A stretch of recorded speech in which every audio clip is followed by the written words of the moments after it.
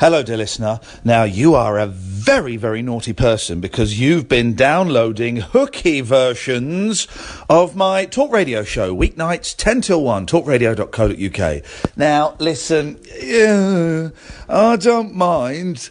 But if you do download these hooky versions, thank you, Matthew Stevenson, for sharing them, can you also do me a favour and download the official versions as well? Because the more official downloads we get, the more chance there is of me keeping my job, and which means if I don't keep my job, you won't get the hooky versions or any versions. There won't be a show. So if you go to iTunes or your usual podcast provider, type in Iain Lee, Talk Radio, whatever, it'll pop up. Subscribe to. You can delete them as soon as they're on your computer if you want, but it would be really helpful. So peace, love, sayonara. Late night, Iain Lee on Talk Radio. We have ways of making you talk.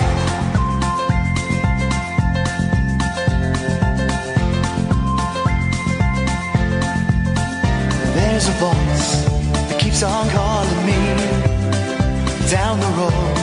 It's where I'll always be. Every stop I make a new friend.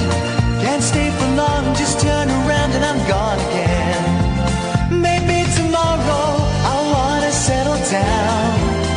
Until tomorrow I'll just keep moving on. Down this road that never seems to end. When new adventure lies just around the bend. So if you wanna join me for a while, just grab your hat, come travel light, that's old style. Maybe tomorrow I wanna settle down. Until tomorrow, the whole world is my home. So if you wanna join me for a while, just grab your hat, come travel light, that's old style. Maybe tomorrow I wanna settle down. Until tomorrow, I'll just keep moving on.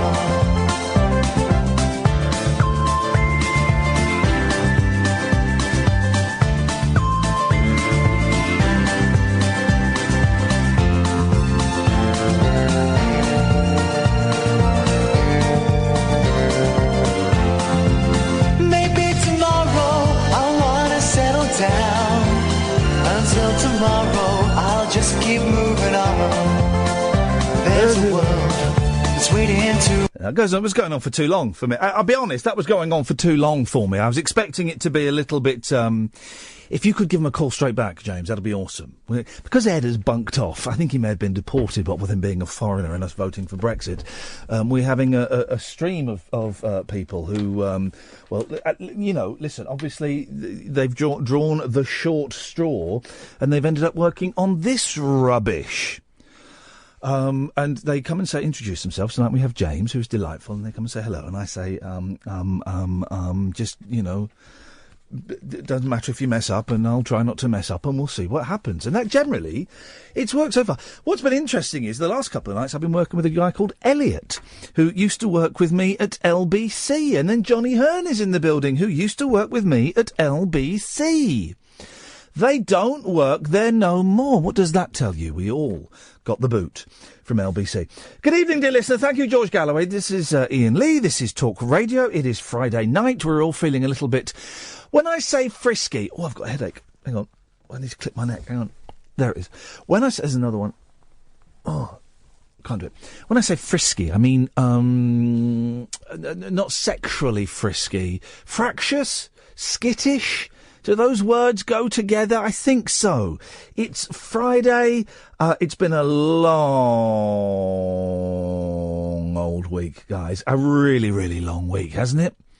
They say a week is a long time in politics, and that's a stupid thing to say.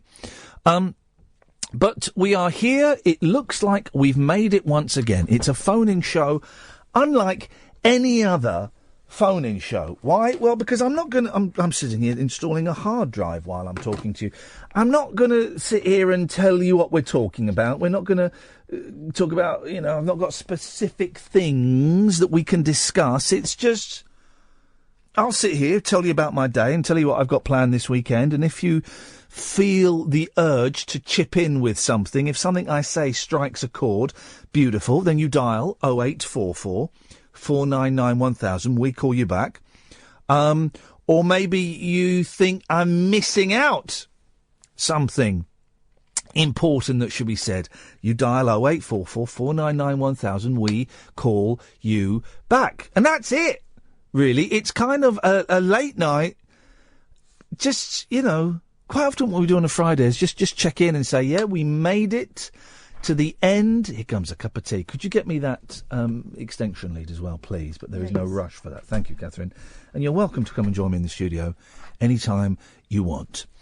Quite often on a Friday, we just check in and say, yeah, we made it. We made another week, guys. Survived another week. And maybe we have a little look back at those people that didn't make it, didn't survive another week. Isn't it sad news about Terry Jones from Monty Python? Can I say, though, I thought it had come out earlier that he had dementia. Because when I saw Monty Python live, was that 2015 or 2014? I think 15. It couldn't have been 2 years ago. No. Terry Jones looked... Oh, I was going to play a Terry Jones thing to start with. I'll find something later on. Terry Jones looked the frailest out of the lot of them, and he didn't really have a lot to do in the show. And his speech, I remember his speech it was really hard to understand what he was saying, and I thought it had come out then that he had dementia. But it's been announced today. Am I right? Does anyone else remember that being announced, that he had dementia? I mean, it's very, very sad. We'll play some. Now I'm trying to remember because I was going to play some Monty Python, but just plug it in. I'll sort it out in a minute, and just plug that in. I'll sort it out in a minute. I was going to play some Monty Python, but a lot of the Monty Python songs that you can get are very, very sweary. I mean, very sweary. And I just wonder which have I got? I haven't got any on my computer, so I can't play it. Alex. Hello. Alex, can I ask a question? Yes, you can. Did you hear anything I just said for the last 10 minutes? Yes. You do? Okay. I tell you why, because quite often when... This is a slightly technical thing, but indulge me, dear listener. Okay. Quite often when because I have the way it works, I have a screen, I have the switchboard in front of me with the 10 lines. And okay. It's got you and Alan waiting at the moment, but it could be 3, 4, 5 people waiting to come on. And I kind of pick the person, generally the person that's been there the longest.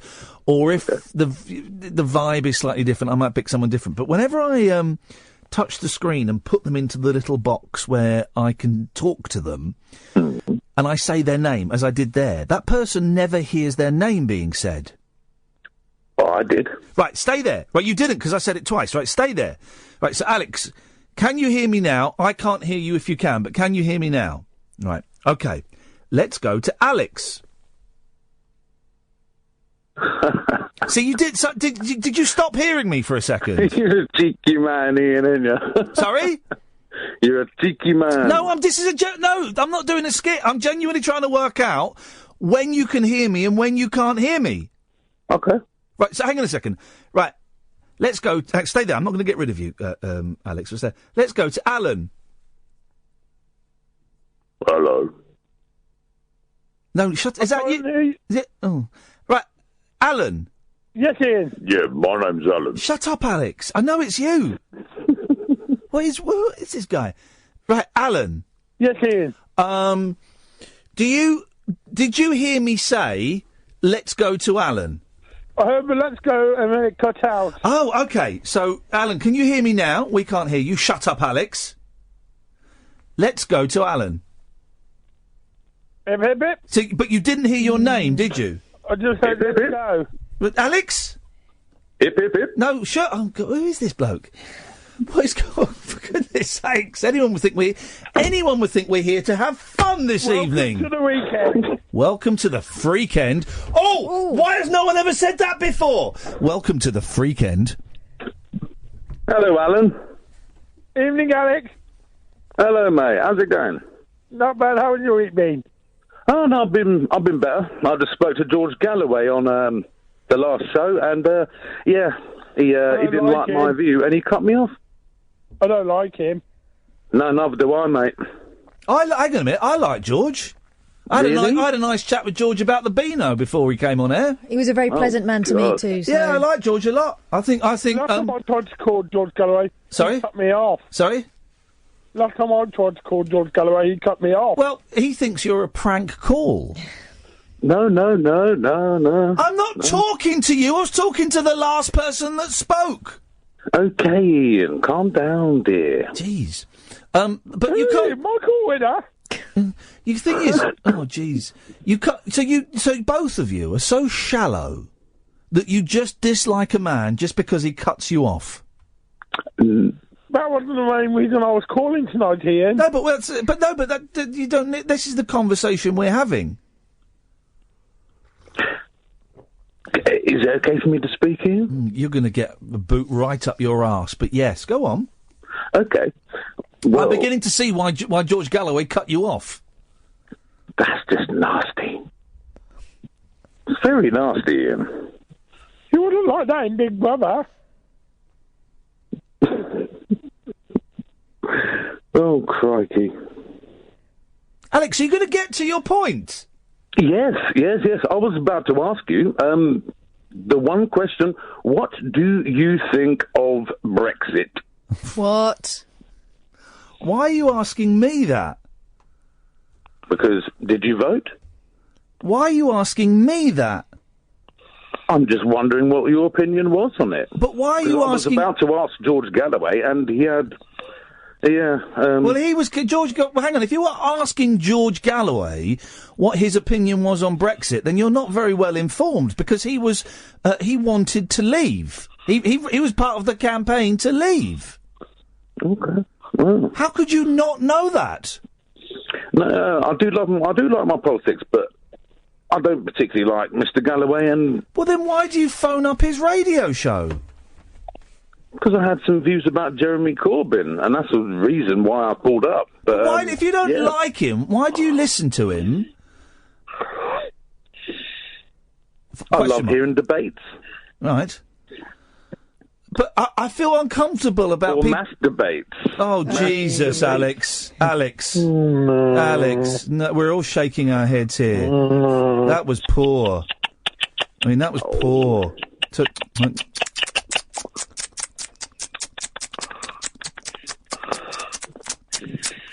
That was poor. I feel... Listen, I like George. He's... I don't agree with everything he says. I agree with bits of what he says and disagree with other bits. I think he is an excellent broadcaster. I love listening to him because he's passionate. And he's always, whenever the few brief conversations we've had, I found him an absolute sweetheart. To me, I takes them as I finds them. And I'm also... Nice individual. Shut up. I'm also slightly uncomfortable about people slagging off other presenters on my show when those people aren't here to stick up for themselves. And if you can't, if you're just coming on, him off face to face, but he cut me off. So but that's his prerogative. It's his show to cut you off. Okay. If he wants to cut you off, then good for him. He obviously had his reasons. I think I know what those reasons are. Okay. And you don't care what I think about Brexit. You have no. You obviously. Of course I do. That's why I'm asking you. Well, you don't care. You're only asking me because you didn't get to ask George Galloway. Well, but if that's the way you think of it, my friend, then yes. Well, you just said that. That's what you said. You said I want to ask you because George Galloway cut me off before I could ask him. So you just want to ask someone. I'm making up that you just want to ask someone what their views are on Brexit so you can tell them that they're wrong. Well, no, I have my view, and I would like other people's opinions. But why? Why do you want other people's opinions? How will that change the world? How will that change this country? And how will that change you? That's democracy, mate. No, democracy isn't asking people what their views are on Brexit. No, democracy is, obviously, come on, Ian. Yeah, Alex, let me give you a tip, right? You're trying too hard. You're trying too hard, and you were trying too hard from the off, and that's fine, okay? It's exciting. It's Friday. It's exciting. You're on Talk Radio. I get it. Don't try. Just don't try. Just have a conversation. What's democracy? Having your say. And if I have a say and people don't like it, then they don't like it. That's it. It's but that's it. You're coming from a combative point already. You're assuming people won't like what you say. Oh, no, but people won't like what I say. Some people won't like what I say. I'm a UKIP supporter. Some people won't like what I say. Right. Some people will like it, and that's democracy. You have a freedom of speech, and you can say what you like. Well, you can't. No, not on this show. They don't. There's no freedom of speech on this show. But you know that, Alex. You're an intelligent person. You know there's no freedom of speech on the radio in this country, don't you? You seem to have it every time you're on. Nope. I've been an avid listener from you for a long time. Nope, not at all. Of course I don't have freedom of speech on here. Well, can we put Mr. Hip Hip Hip back on? I'd like to listen to him. But we don't... You're trying too hard again. There's no such thing as freedom of speech on the radio. Shall I explain why? Okay. You can't swear. Yep. So that's already a ring fence around certain words, and you can't libel people. So there's no freedom of speech on the radio. Okay, okie dokie. Well, I have nothing else to say, Ian. All right. Well, thanks for calling. No worries. Thank you. That was awkward. I make up. We'll come to you in a second, Alan. Don't worry, I've not forgotten you. And Scott. Okay. Yeah. Hello? How did you... Alan? Yes? How can I hear you? Your fader's down. Have I got control of these faders? I don't know. Now say something. Hello? Now say something. That's better. Now say something. Hello? Now say something. Okay, that's better. That's better. He obviously just wanted to tell us he was a UKIPper. I think he'd prepared something, hadn't he? Yeah, he had a little... He had a little party piece, and he felt upset that George Galloway... I can tell exactly why George came off. This show, people get longer crack of the whip, even if they are annoying. And he had a little party piece. He wasn't interested in what I thought about Brexit. He'd made up his mind about what I thought about Brexit, and then he was going to do his little spiel about being a UKIPper, and it's democracy, and it's what we voted for. And that, but, why was George talking about Brexit tonight? I don't think he was. Really, he was talking about all sorts. Yeah. About Brexit. Here's a tip. Alex, thank you. Interesting call. I'm going to give it 3 out of 10, right? Here's the thing. When you come on, and this is a tip to everyone, just, it's tempting to come on and perform, okay? You don't need to. Straight from the off, he was performing. Honestly, there's no need to. It kind of, if anything, I'm going to be more disposed to find you a little bit irritating. And that's just me. But people coming on and performing. Do you know what I mean, Alan? Definitely. There we go, you see. And don't be a bumlick either, Alan. No, I wouldn't dream of it. Good lad. 0844. We're off to a flying start. 0844 499 1000. I'm Iain Lee. This is Talk Radio. Late night, Iain Lee on Talk Radio. We'll get you talking. I had a look in the papers, and again, there's nothing in the papers. It's still all Great British Bake Off, which I've still got no interest in, and I'm trying to think. I must be interested in this because 15 million people watch it, and there's so much money involved, and it's the BBC and it's Channel 4, both companies I work for, and I couldn't give a toss. Could not give a toss about it at all. Alan Caddick's on the line. Good evening, Alan. You're through to Talk Radio. Ian. Good evening, Alan. I was listening back to last night's show. Yes, Alan. And we said there was going to be no tech tonight. Oh, do you know what? You're absolutely right, and I've forgotten. We'll do it one day next week. Well remembered. I tell you what, we're going to do it another day because I've just spent bloody ages setting up my computer in the Periscope and stuff like that. So we will do it another day, one day next week. Tuesday. No Tech Tuesday. No, that's good. No Tech Tuesday. No Tech Tuesday. No Tech Tuesday. Yes, you're right, Alan. Thank you. How's Mum? She's at home. She's resting. She came out at 9:30 this morning. Was she all right? Yeah. Have you Me and spoilt Dad's been her looking after rotten? her. Yes, we have. Good. That's what we. That's what we. I'm glad she's back home, Helen, and I hope everything. Her recovery continues. Yeah, definitely. Nice one. And I was looking at the old Argos catalogues again. Oh yeah, the old Argos catalogues, huh? You pervert. And I was looking at... Do you remember a cartoon called Mask? I do vaguely remember the cartoon called Mask. Yes. I was looking at some of the toys that they had in the 1985 catalogue. Oh yeah, what toys did they have for that? They had Boulder Hill. Yeah. Which was like the base. Yeah. Condor. Yeah. Switchblade. Uh-huh. Mm-hmm. Yeah. Mm-hmm. Hey, Scott. Now, how could he not hear that? Scott? He's gone. Can we try and get Scott back? John! What kind of cake?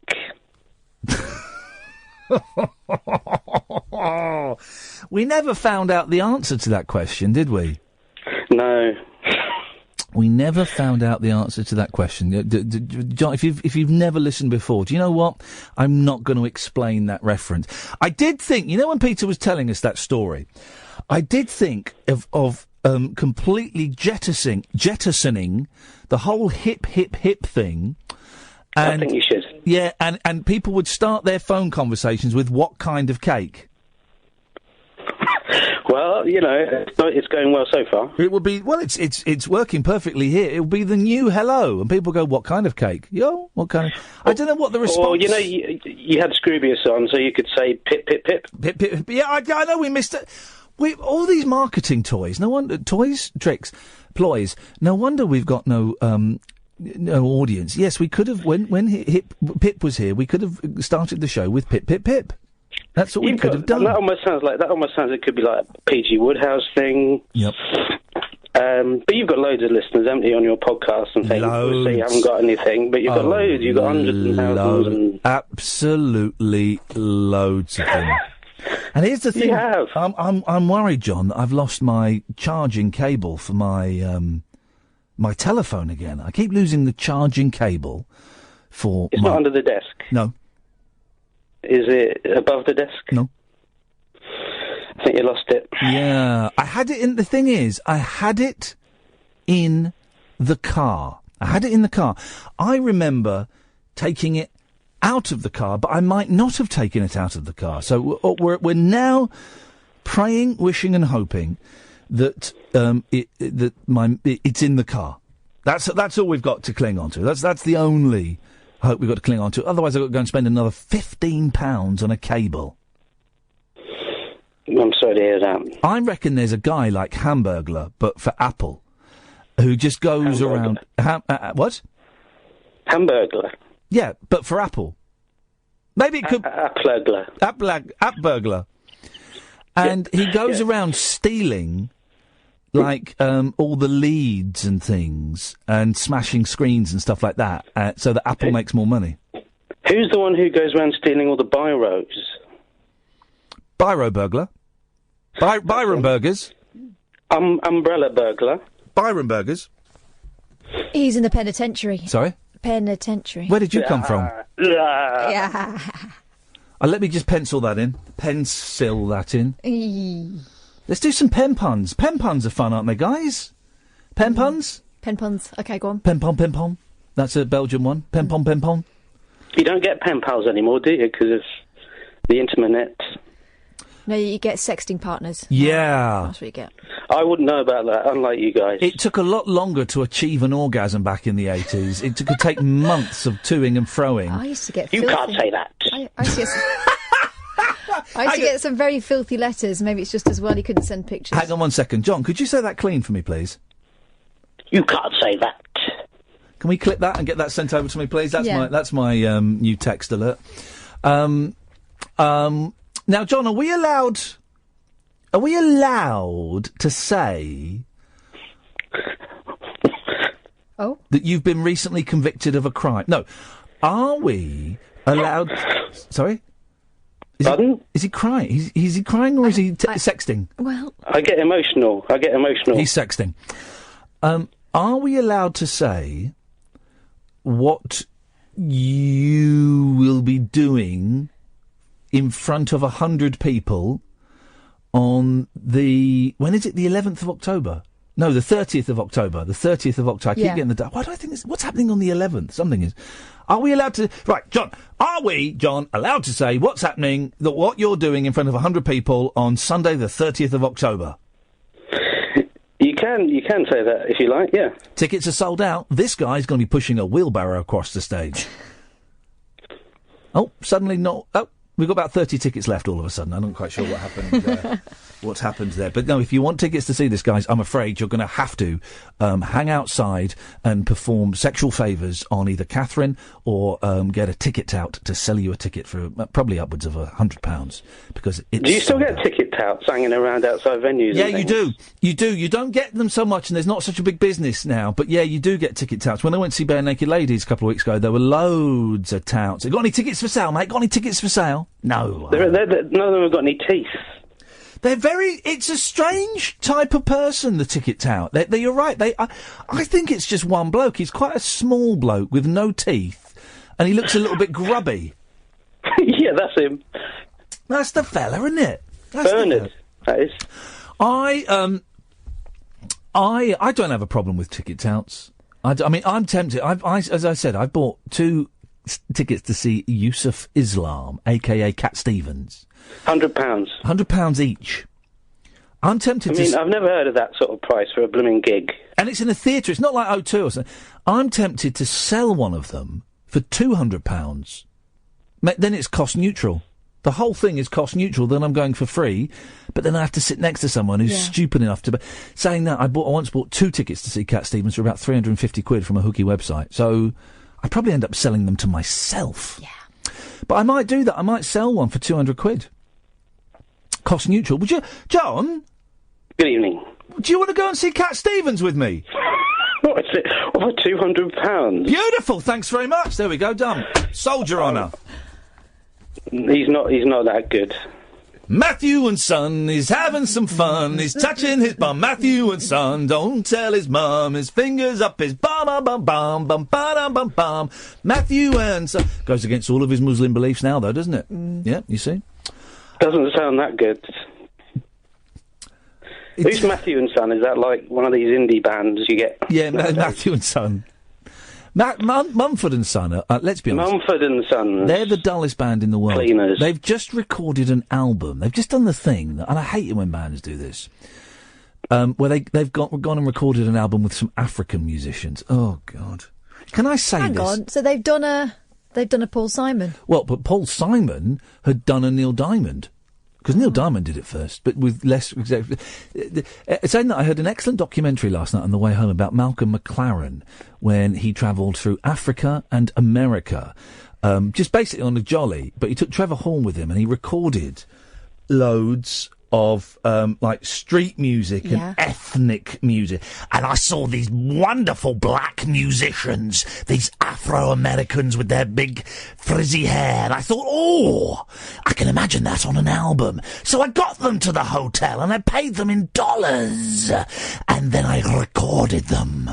Is that how he made the Double Dutch? That's how he made the Double Dutch. I love that song. He had 2 great records, right? He had Double Dutch, right? And what was the other one from that album? Do you remember, John? What was the other one from that album? Oh, blimey. Buffalo... No, not Buffalo Girls, was it? He's right. Now, my sister bought this record from Boots, when Boots used to sell records, right? It was the first record that we had to feature that. Scratching. It scratches so much and making me itch.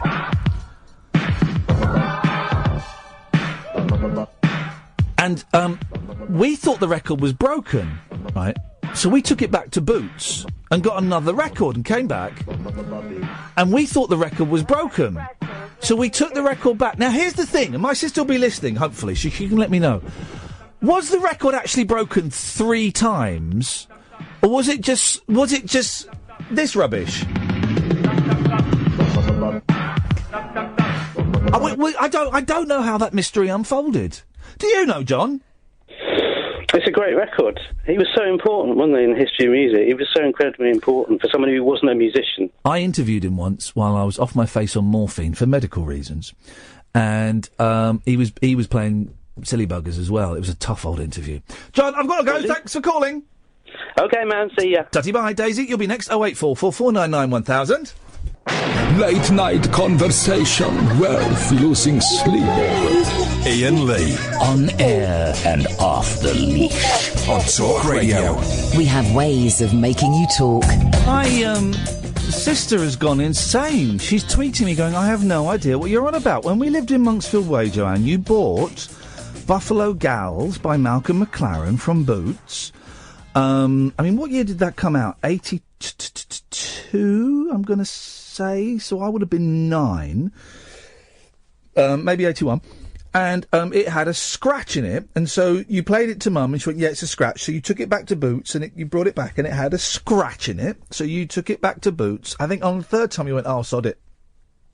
And you kept it.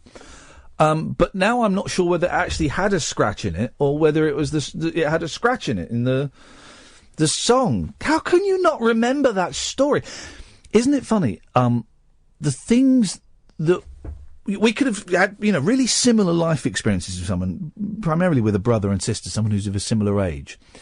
And the things that have lodged in our brains, 0844 499 1000, by the way, the things that have lodged in our brains as significant and important had no relevance, no apparent relevance on that other person's life. For example, my sister doesn't remember something that I remember being a really big thing.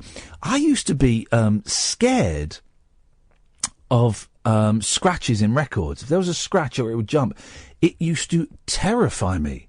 I used to think that the record was haunted record. That's what I used to think. Do you know why? Because I was an idiot. It honestly, Joe, it happened. I bet that's one of the few things. That my mum will remember. My mum, who's, may God bless her, is forgetful for medical reasons. She remembers the oddest thing. I bet she remembers that. I'm going to go and see her next week, and I'm going to ask her. No, that was Mum. Sorry, Daisy? Hello? Hello, Daisy? Hip, hip, hip. Hip, hip, hip. I remember the song. Huh? Hello? Hello? Hello? What's wrong? Nothing. We're having a fire. What? We're having a fire. Say you're having a fag? No. Talk to him properly. Oh, just a minute. What is going on? He's got you on speaker. We're having a fire. You're having a fire? Yes. Why are you having a fire? A bonfire. Well, again, the question is still pertinent. Why are you having a bonfire? It's late September. Well, but it's not November the 5th. Like, I have a bookshelf that I'm getting rid of, so we thought, let's burn it. You're burning books? Shelves from a bookcase. What's happened to the books? We kept them in boxes. How old are you? 11. I was going to say, you sound about 9. I'm not 9. Well, you sound about it. I'm not. Well, you say... If you had 9 and... Yeah, you sound about 9. Have you been drinking? No! Not even warm milk? Let me had a sip of gin once. But apart from that... Nothing. That was like... Sounds like your parents are doing a great job. So you're having a bonfire in the wrong month. And you're staying up late. You should be in bed. It's Friday. Yeah, so what? Yeah. Yeah, exactly. What's your problem? No, it will be my problem. Am I not allowed? Sorry? No. Am I not allowed? No. No, you're not. Oh, okay. No, that put her in her place, didn't it? Last time I called, I was in year 6. What year 6? Well, hang on. What year are you in now? Year 7? Yes. Well, Do you remember? Well, no, I just did the maths. If you're 11... who's that talking in the background? My mum's friend. Well, yeah. You've not missed a lot, Catherine. We've got a drunk 11-year-old on the phone who's having a bonfire in September, not November the 5th. What? What? What? Daisy, do you remember when my sister bought Buffalo Gals by Malcolm McLaren and it was scratched and she took it back 3 times? Yeah. Yeah, you do. I was listening to you. See? Thank you. See, if she remembers it... Well, Daisy, it's been great talking to you. Yeah. What is wrong with kids these days? I know. What's an attitude? Yeah, millennials, isn't it? Shatitude, more like. Wow. Coming up later on in the show, my interview with Hunter Davies. Was this the 3rd time or the 4th time that we'd arranged to do it? And I had a car crash. That was one. I rescheduled. You got the Then day I got the wrong. day wrong. Oh yeah. Anyway, Hunter Davies is brilliant. He's 80 years old. He's written a few Beatles books, and he's got a new one out called The Beatles Book, which is an absolute joy to read. Someone nicked a copy of it from me here, but I've got another one. And I did tell him that he'd missed out something from the book. He was quite upset that I'd pointed it out. I think heads will roll. Spencer's in trouble. He misses out a really key character. It's such a good book, right? I mean, it's for the Beatles aficionado, but with Christmas coming up, if you've got a dad or a nan or a sister or whatever who likes the Beatles, honestly, this is an absolute treat. And, but it misses out one important character, Jimmy Nicol, who played drums for the Beatles in 1964, I think, or 3, when they toured the Netherlands, the Nederlanden, and Australia, and Ringo had tonsillitis, so they got this other drummer called Jimmy Nicol in, who is fascinating, obsessed with Jimmy Nicol. He's not in the book. In the people section, no Jimmy Nicol. No Jimmy Nicol, and Hunter was a little bit embarrassed. But he hid it well by eating throughout the interview. And I love it. I do love it, right? It makes I mentioned this on Twitter and some people got angry for me. Not at all. I love it when an interviewee decides the interview is over. Do you know who he reminded me of? My gran. Really? When I phoned her and she'll say, well, I won't keep you then, bye-bye. Yeah. Because I had in my head about another 5 minutes to go, and he just went, well, Ian, it's been great talking to you. Thank you. Bye-bye. Thanks, Hunter. Bye. You'll hear it at the end of the interview. It's hilarious the way he does it. And I'm trying to think. Ringo did it, actually, because I couldn't end the interview with Ringo. And at the end of Ringo just went, well, this guy's never going to end it, so I'm going to wrap it up. That's the end, folks. Thanks for watching. And it was brilliant. Peace and love. Peace and love. It was brilliant. More interviewees should say when they've had enough. Why should it be up to us, the interviewers, or you, the producers? Why should it be up to us how long we talk to them for? It's the interviewing version of the Margaret Thatcher handshake. Yep. Apparently she used to do this really, this real kind of manipulative move where she would shake your hand as she pushed you away. Yeah. We had a vicar that did that. Yeah, it's a skill. 0844 499 1000. Lots of phone calls this evening, which is lovely. Duff, you're going to be next. Then it's Sarah Sophie. But first, here's a break. Late night Iain Lee. On air and off the leash. On Talk Radio. We have ways of making you talk. 0844 499 1000. Here comes the jacket of truth. Keep losing my leads to... Hello, darkness, my old friend. I've come to touch you up again. While the software was sleeping, I found my lead in my pocket, and the words were written out. It goes a bit higher there. Duff. Hello. Hello, Duff. How are you? I'm very well. Hang on a second. Hang on a second. Yes. Guys, calm down. Is that now, James? That's my out to the news. You can go on the microphone and say hello to the boys and girls if you want to. That's a privilege I wasn't sure I was afforded. Well, you don't abuse it. But that's my out time. Then it goes straight into the news. That is, yes. I love it. Shut up at that point. All right, everything mate. works like clockwork. All right, mate. Kathy told me to shut up. I know. Who's he think he is? Hey, that's amusing, isn't it? It's all banter. It's all banter. Thank you, James. Excellent stuff indeed. Duff, yes, sir. Yeah, well, this is very exciting, and I'll tell you why. Pourquoi? I'm kind of, this might be more exciting for me than it is for you. Oh. So this is the second kind of time that I've looked into your show. Oh. And so this is, you just come on and talk about whatever you like, right? Yeah. brilliant. That's really exciting. It might be brilliant. It might be lazy, and some people find it quite daunting. But some people like being spoon-fed. Tonight we're going to talk about immigrants, or tonight we're going to talk about Brexit, or tonight I want to know bands that begin with that have got 3 or more brothers in them. The Bee Gees. That's not a bad one, actually. Beach Boys. Yeah. Oh, hang on. Go on. Jacksons. Yeah! This is a good one. 0844. Yes, 0844 499 1000. Bands that have got 3 or more brothers in them. Couldn't have had Bros, could we? No. There was a third. Hanson! Hanson! Yes. Oh, yeah. Yeah. Hanson. Craig was the third one in Bros, wasn't he? Craig, the bass player, but he's who they got rid of, and then went on to be head of Sony or something strange. Yeah, he's like really big in the music industry now, isn't he? Good, unlike Bros. Well, apparently there's talk on Facebook, so it's got to be true, of them doing a tour. I know, we mentioned this the other night, Duff, and the thing about, I'm all for bands getting back together. I love nostalgia, I love it, and I think if bands can get back together and earn a few quid on stuff that happened 20 years ago, brilliant. But Bros, were Bros ever that big, really, Duff? I mean, they had three hits? Well, they were big in the 80s, weren't they, with lots of girls. Yeah. And probably a few guys. And I don't know, I mean, I'm a child of the 80s kind of thing, and I remember them as being pretty big for a little while. They had one album, Push.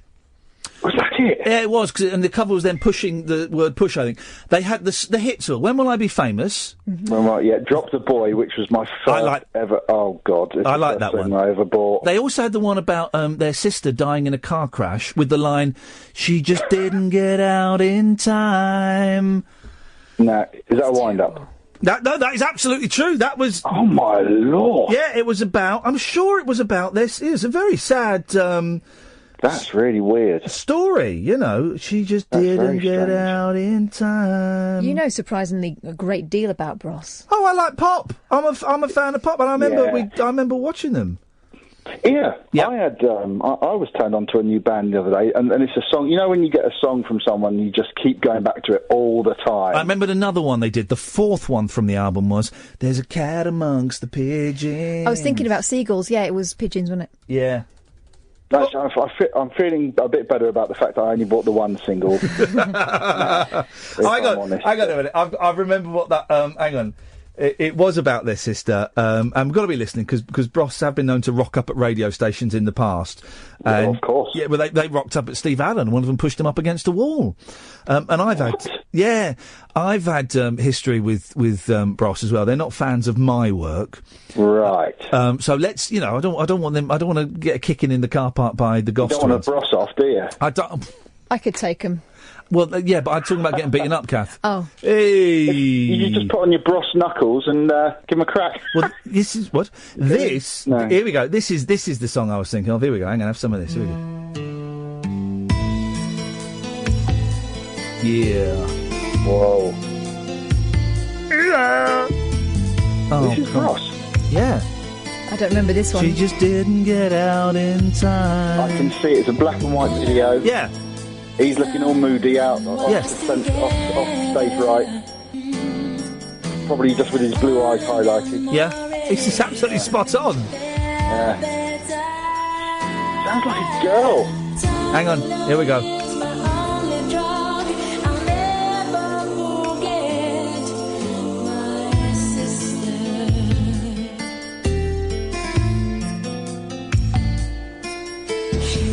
Hang on, let's get to the chorus.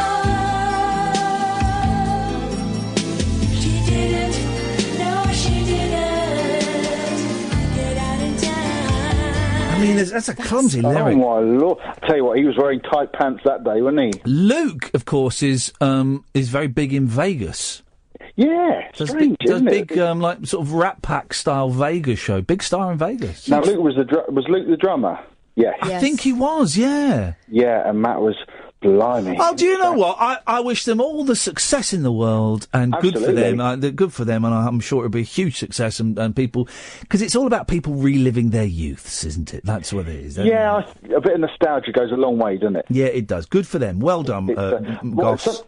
Something in part of my excitement about kind of just knowing that you can talk about anything. Yeah. I've been listening and just writing. I've got an envelope here. I've just written down random things so I didn't kind of dry up. Do you know what I mean? Yeah. But one of the things that you were talking about, you mentioned very briefly ticket touts earlier, didn't you? Yeah. Now, I used to work for a pretty big ticket company a few years ago, and a tout came in to the office. Yeah. And he got really quite nasty with one of our members of staff because she wouldn't give him the tickets that he'd phoned up and said, "Oh, I want X amount of tickets." I want 100 tickets. Well, something silly, yeah. And when she found out he was a tout, she's like, "Well, I'm not selling them to you. We're a professional business. You're not getting the tickets then to go." And he threatened her, and he was like, "When you leave here tonight, you better watch your back." Oh God, really? Yeah. The police were called and everything. So that was probably my closest encounter with a tout, and that kind of not nice, is that?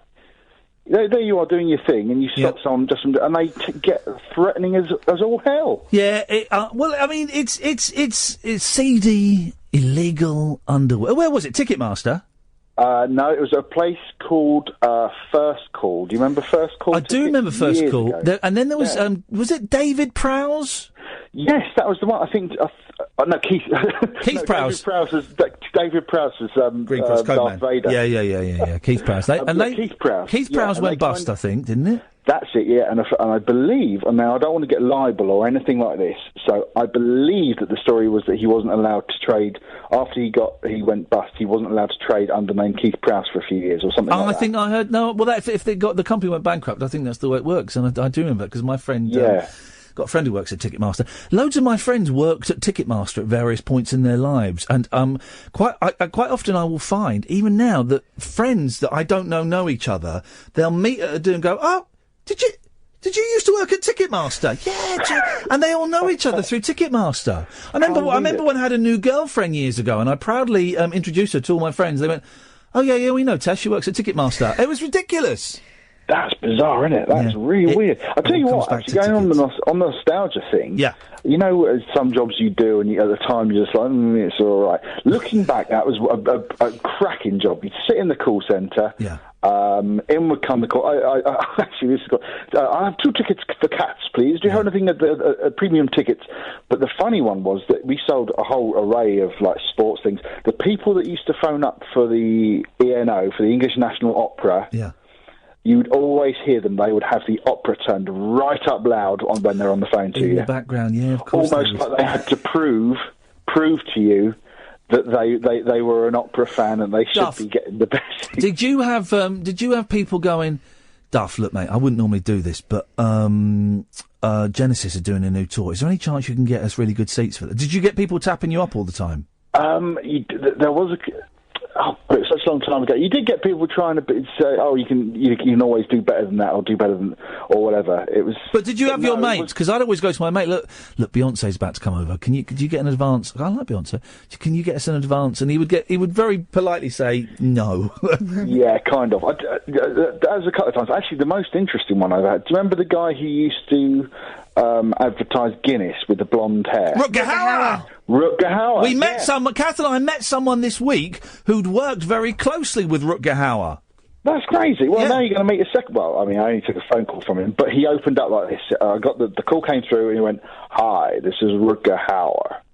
And I was like, "Whoa!" And I can't remember for the life of me what he was looking for. He was buying tickets. He was buying tickets. He came through, yeah. He phoned up and said that he was Rutger Hauer before he'd even...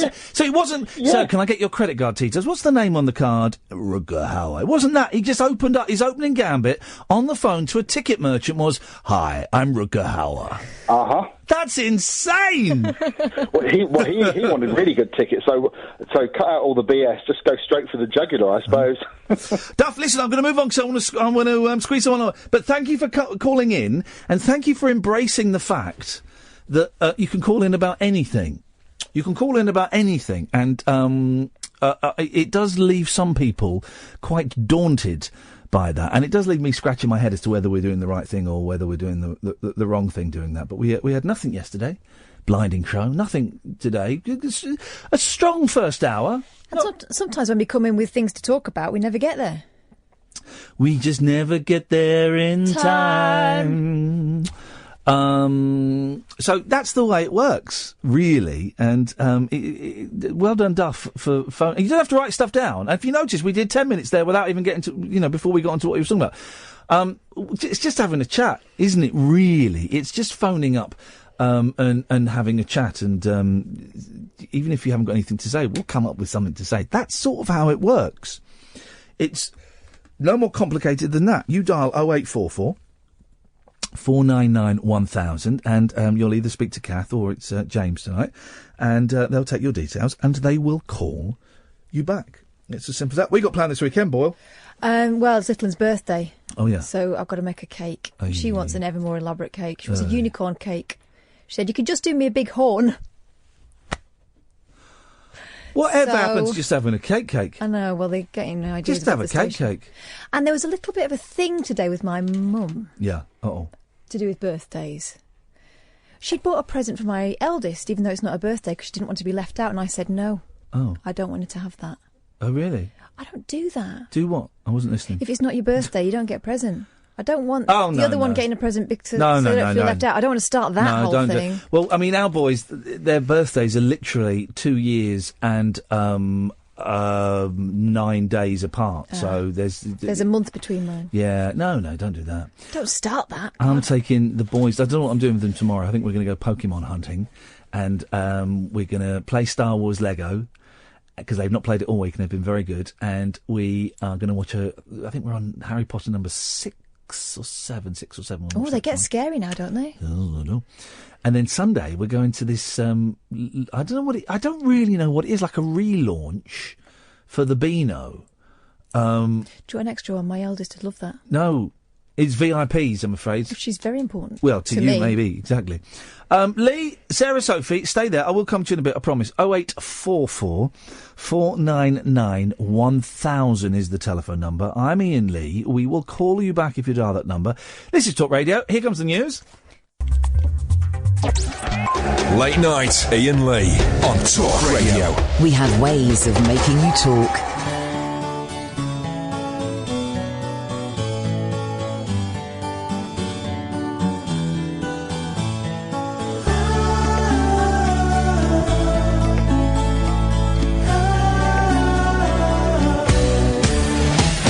On and on we could go, on and on this way forever.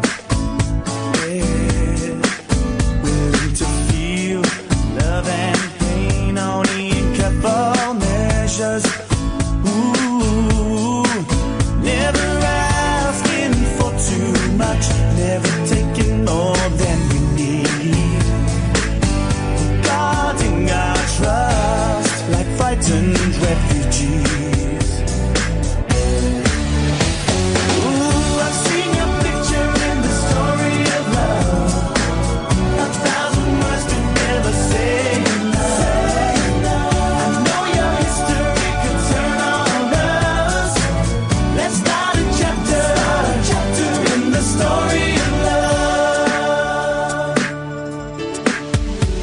Promises are made and promises are often broken. Ooh, don't let it take away the meaning of these words I've spoken. Oh, wanna make that leap of faith to the arms of eternity. I'll be unafraid, but you've got to be there for me.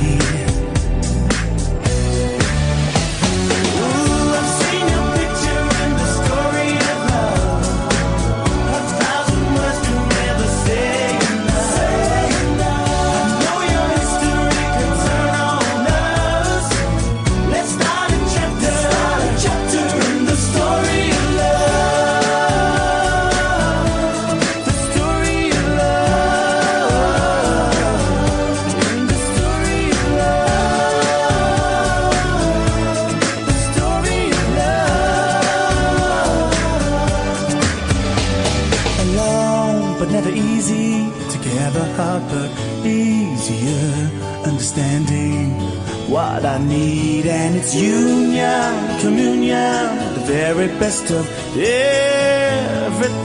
the best of everything. I've seen your picture in the story of love. 1,000 words can never say enough.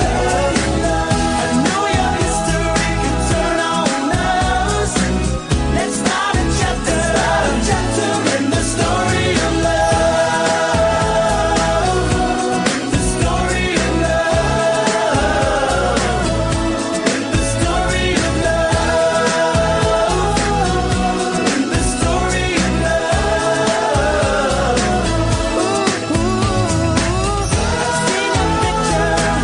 I've seen your picture. Now,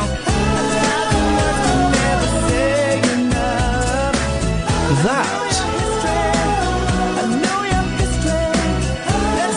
Got it. I know what we're going to do. What we're going to do?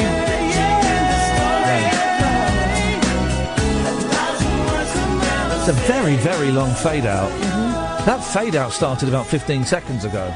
They're walking away from the microphone slowly. Is OTT, one of the great forgotten boy bands. They were slaughtered in the boy band war of 1993. And that song is absolutely brilliant. I love. Is it? I'm going to say 93. Am I right when I say 93? Sure, why not?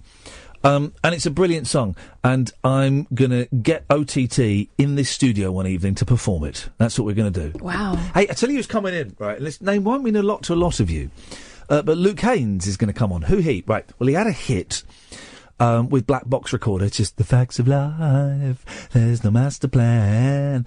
And he was in the Auteurs, and he's been in loads and loads of bands, right? He's got a new song out, which is brilliant. And it's brilliant. I heard it tonight. It's really good. Maybe I'll play that later. But he's also written these brilliant books: Britpop, My Part in Its Downfall, and Post Everything. Post Cool is an album by Dennis LaCoria. Post Everything, I think, and it's brilliant. It's about him almost becoming famous around about the same time that Oasis and Kula Shaker and The Verve and all these other bands were kind of taking off, and it is the sweariest, most honest book I've ever read. It's just brilliant. I need to have a look at that. Yeah, no, I'll bring them in. They're such good reads. And he's for ages people have been saying, "You should get Luke Haynes on," and I've wanted to get Luke Haynes on, and I've kind of. And then I noticed yesterday he'd started following me on Twitter, and I went. He's the one that wrote a brilliant review of the Monkees' new album. Let me read you. He wrote the best review. Here we go. Have a listen to this, right? It's quite sweary, so I shall have to censor it. Just use a different word. I will do. I'll use flip, shift and crumb. Okay. I shall not mince my words. Along with the first 4 Velvet Underground albums, Atlantis by Donovan, and seasons 2 and 3 of Minder, I consider the Monkees to be the apex of human achievement. Imagine my excitement when I found out that by several degrees of separation, I'm actually in the Monkees. I recently guested on the forthcoming offering by my estimable rock and roll friend John Moore from the Jesus and Mary chain, along with drummer to the Stars Brian Young, who I now find out also happens to be on traps duties with everyone's favourite proto-post-postmodern avant-garage boy band, the Monkees. The mother-flipping Monkees. So my first thought when approaching this new album by my new bandmates is, boys, don't flip this up or it's going to be bad for all of us. Happily, on Good Times, the Monkees' first album in 20 years, Mickey Dolenz, Peter Tork, The Nes and dear departed Davy Jones don't flip it up big time. If ever a record is not flipped up big time, it's this. And he goes on, it's just, the way he writes is just hilarious. I think he's brilliant. Anyway, I sent him a message saying, thanks for the follow. Do you fancy coming on the flipping show, you flipper? Yeah. And he's always slagging off Noel Gallagher, which I think is very funny. Sarah Sophie, sorry for that. Yes, is it a weird show tonight, Sarah Sophie? People on Twitter saying it's a really good one. People whose opinion I greatly respect. I don't feel I've quite got the vibe yet, but you know, Doesn't matter. No, I'm enjoying it. Hey, thanks for your goodies. I meant to thank you on Twitter, but then I was too bloated on all the chocolate and the sweeties that you sent. So thanks for those. It's okay. You're welcome. I was disappointed they hadn't been spiked with LSD. No, we tried them all and nothing. Literally nothing at all. But that's very kind of you. Thank you very much. And dear listener, we won't be eating food sent in by any other listener. It's just that we've been to Sarah Sophie's house. We could point the finger if one of us died. So, but thank you very much. How are you doing, Sarah Sophie? You all right? I'm good, yeah. How are you? I'm all right, thank you. I'm tired, and I've got a busy weekend, but I'm doing all right. I'm doing all right. How are you doing, Kath? Fair to middling. I'm absolutely shattered today. Shattered. You were producing George Galloway. Mm-hmm. What was that like? It was quieter than this. I was quieter than this. Yes. I had to sit in there and be good. He's a very interesting man. He's good. I like George. George is on Fridays, 7 till 10. But, the warm up for this. With it's a long time. It's a long time to concentrate. 3 hours. I barely manage it on these nights. What you're saying is you don't concentrate on this show. What? No, not while I'm talking. What the heck? Quite clearly. Anyway, what you got for us? I noticed you're on a bit of a documentary kick lately, and there's a one called Dear Zachary. Have you heard of it? Well, this really is part of the zeitgeist at the moment because every day I'm getting 3 or 4 or 5 people saying I should watch Dear Zachary. Oh, no way. Yeah, no, but everyone keeps saying, you got to watch Dear Zachary, you got to watch Dear Zachary. I thought I'd seen it, but I think I'm thinking of a different film. It's about a guy writing a letter to his son or something, isn't it? Yeah, that's kind of like the subtitle of it. I would say I watched it about 8 years ago, not knowing anything about it going into it, and I think that's the best way to approach it. Is it going to make me sob my heart out? 8 years later, it sticks with me. It's so vivid in my mind. Like, it's got an 8.6 on IMDb. Wow. But I'm surprised that a lot of people are recommending it because I feel like it's still quite underground in terms of most documentaries. Maybe they've just popped it on Netflix. It tends to be when something pops up new on Netflix, then word gets. I mean, that's how I found Who Took Johnny. Is it popped up as something I hadn't seen, and it was being pushed. So, are we keeping you awake, Kath? I'm really tired. Hey. I know. Why don't you go home early? No. What, about 20 minutes early? Okay. That's the plan. Do you know what, so Sophie, I'm going to watch that, probably not this weekend, because it's quite a busy weekend, but I'm going to watch that next week, I think. Okay. There's another thing I noticed on Netflix, what just got added this week, was a film called Arq, A-R-Q, and it sounds as though it is very up your street. Up the old Strasser. Arq, what is that about? I'm going to try and read what it says about it on IMDb. Get 6.5. That's all right. 6.7 is good. Okay. Trapped in a lab and stuck in a time loop. Oh, I'm in. Whoa. A disoriented couple fends off masked raiders. Well, if it's wearing a mask, it'll be them.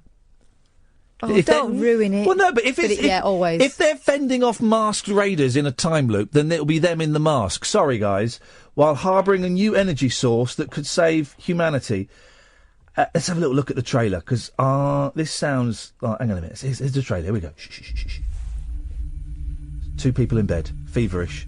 The clock just jumped. This looks like the best film ever made.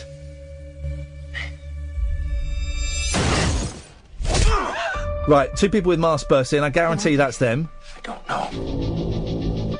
I followed you. No one followed you, Ren. What do you want? The Ark. It's what they're after. It's them. It's them. What to do? You don't know what you're doing. Whoa! Yeah, that looks wicked! Have you seen... There's a really good film. I can't think what it's called, right? It's... These people discover that in the flat opposite theirs, there's a machine, a giant camera that takes a picture of 24 hours in advance. 24 hours, the next days, it takes a picture of the next day. Oh. At 8 p.m. every night, it prints a picture of what's going to be in their window at 8 p.m. the next night. That is good. I can't think. Wow, that does sound good. In their window. Yeah, in their window. So they break into the house and they find this machine. They go, "What's this machine?" And they notice all these pictures, and they see all these pictures of their house. Right? Oh, through their window, you mean? Yeah, through their window. Right. Yeah. But enough good. So it's like a futuristic peeping Tom. It's a Predicto perv. A Predicto perv. Yeah, it's a Predicto. But you can't remember the name of it. Predicto perv. It's called one of the army of listeners on Twitter will tell me the name of that film. John says George is a fanny. No. Rude.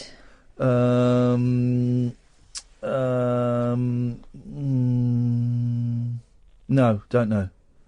Oh, my sister's telling me she filmed OTT in a swanky hotel for Disney Club. They were wearing fluffy bathrobes. Of course they were. OK, well, we'll find the name of the film, Sarah Sophie, and we'll make sure we share it. Okay. Just before I go, I just wanted to ask you used to work at HMV, yes, like I did. Yes.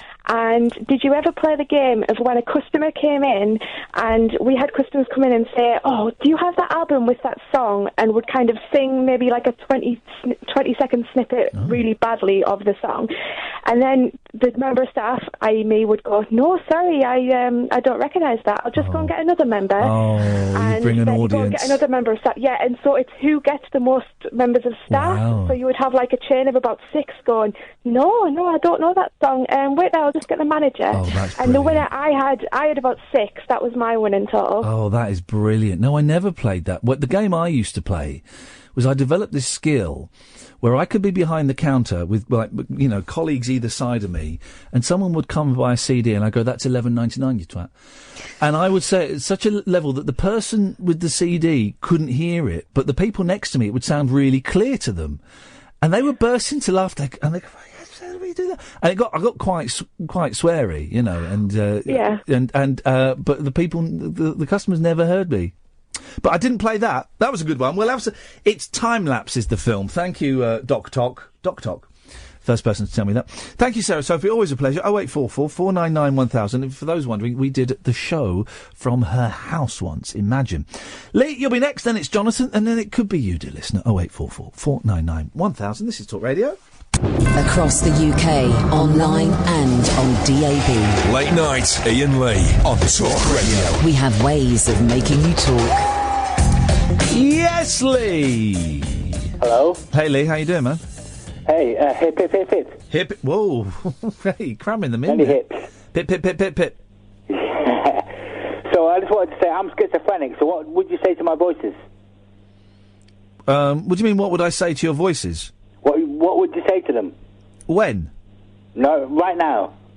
Well, what are they saying to you right now? We love Iain Lee. I would say that you really are nuts. No, what would you say to them? Well, I don't know in what context I would be speaking to them. They're very hostile. Well, it would probably not be in my place for me to speak to them. Well, I would love you to speak to them. I would love it. Well, I'm not going to speak to them. Well, I don't know. Am I speaking to them now? Yes, they can hear you. Well, but I would rather speak to you, Lee. Well, I'm speaking, and I love you. I love your show. I've been listening for the last couple of months. And I'm glad. I don't know. You've tuned in radio. You've called. You've called before, and I'm glad that you're listening. I'm glad. I just don't feel. I don't want to encourage those voices. Well, they're there, so you may as well encourage them. But if they're hostile, I don't want to encourage a hostile. They love people. Hmm. They love people. They love people. What are their names? Have they got names? Richard. Yep. Is one. Mm-hmm. And the others are mainly people that I've met in my life. Oh, okay. So you're aware that they're not... You're aware that these voices aren't real? You're well enough to know these voices aren't real? Kind of, yeah. Would you say kind of? What does that mean? That's interesting. It means I'm medicated. Right. And I've learned to control them. So when you're medicated... you're aware that they're not real people speaking in your head, and that what they're saying. I think they are. You do think they are? Yes. That's interesting, isn't it? Well, it's quite interesting. Yes. Well, I think it's interesting. You might find it boring. Does it? Do you ever get apart from the medication, what helps you? I get support twice a week. Yeah, and what? How does that support manifest itself? What do you get with that support? A couple of women come round and see me twice a week. Yeah. And they spend an hour with me. Like today, for example, I had a woman come round to see me. And what do you talk about? We talk about my life and what I'm going through, and we go to the shop and we buy shopping from Asda. And how are you finding that? Does that help? Yeah, it definitely helps. I like the company. And that's an hour twice a week, so 2 hours a week. Yeah. Doesn't sound a lot, does it? Would you It's like not a more? lot, but it's enough. Yeah. And have you got? Don't be afraid, Iain Lee. Sorry? Don't be afraid. Of what? Of my voices. I'm not afraid of your voices. Are you? No. Well, the voices aren't going to hurt me, so I'm not afraid. They're not going to hurt me either. I can't hear them, so don't bother me in the slightest.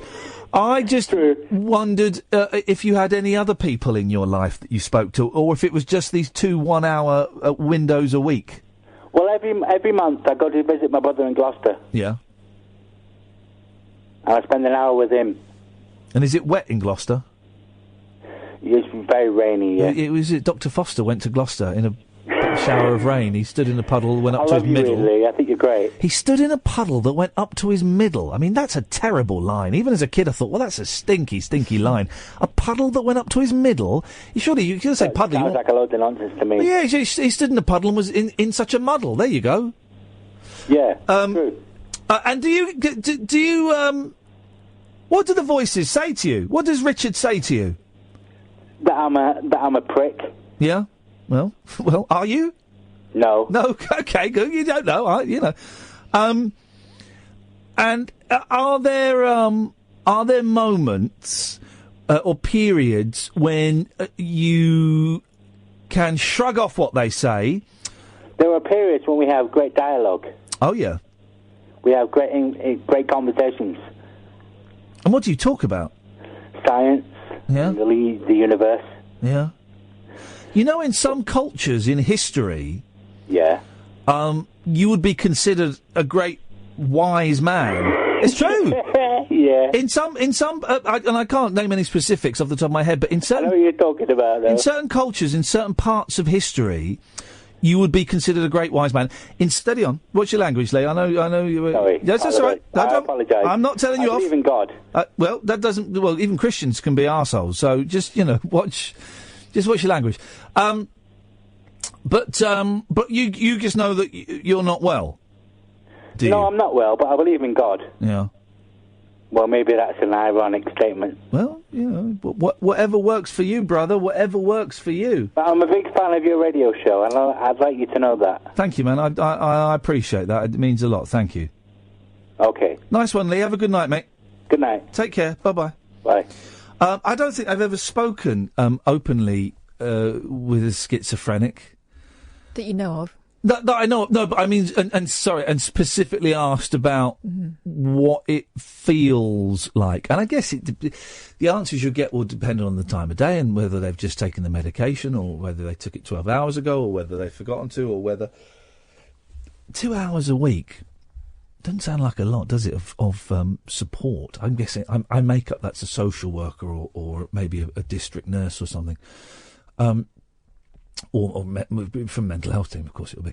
That doesn't sound a lot, does it? No. For someone, and he's called in a couple of times, and he sounds, pretty with it.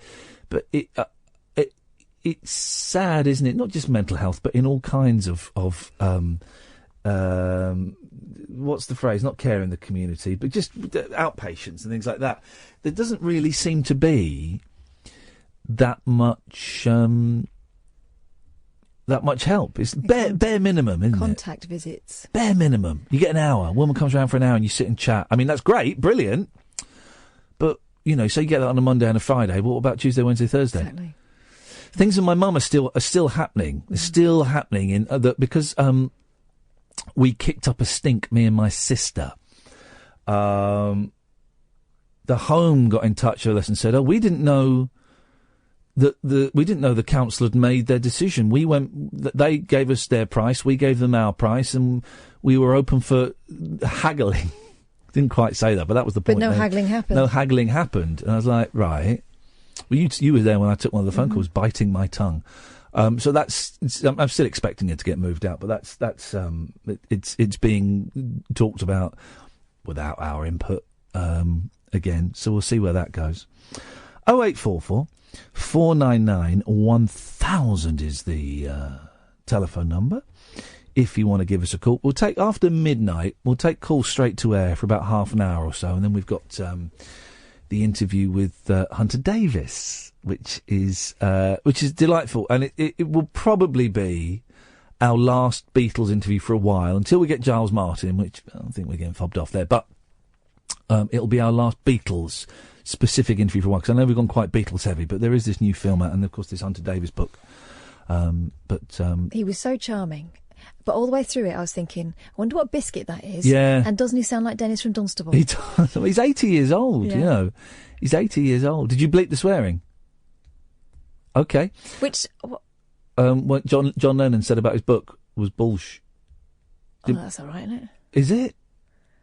I'll go and bleep it. I think bleep the bullshine. But yeah, John Lennon said that his book was bullshine. And what was brilliant... That swearing was yours. Yeah. But then what was brilliant was where he went, yeah, I know, he said that, so I phoned him up. I phoned him up and I said, what are you talking about, John? You were there. There was, if anything, I've censored it. I took out the groupies to not embarrass you. And I took out the swearing to not embarrass Aunt Mimi. Brilliant. How many people can say John Lennon slagged them off, so they phoned them up? 0844 499 1000. Jonathan, stay there. Come to you after this.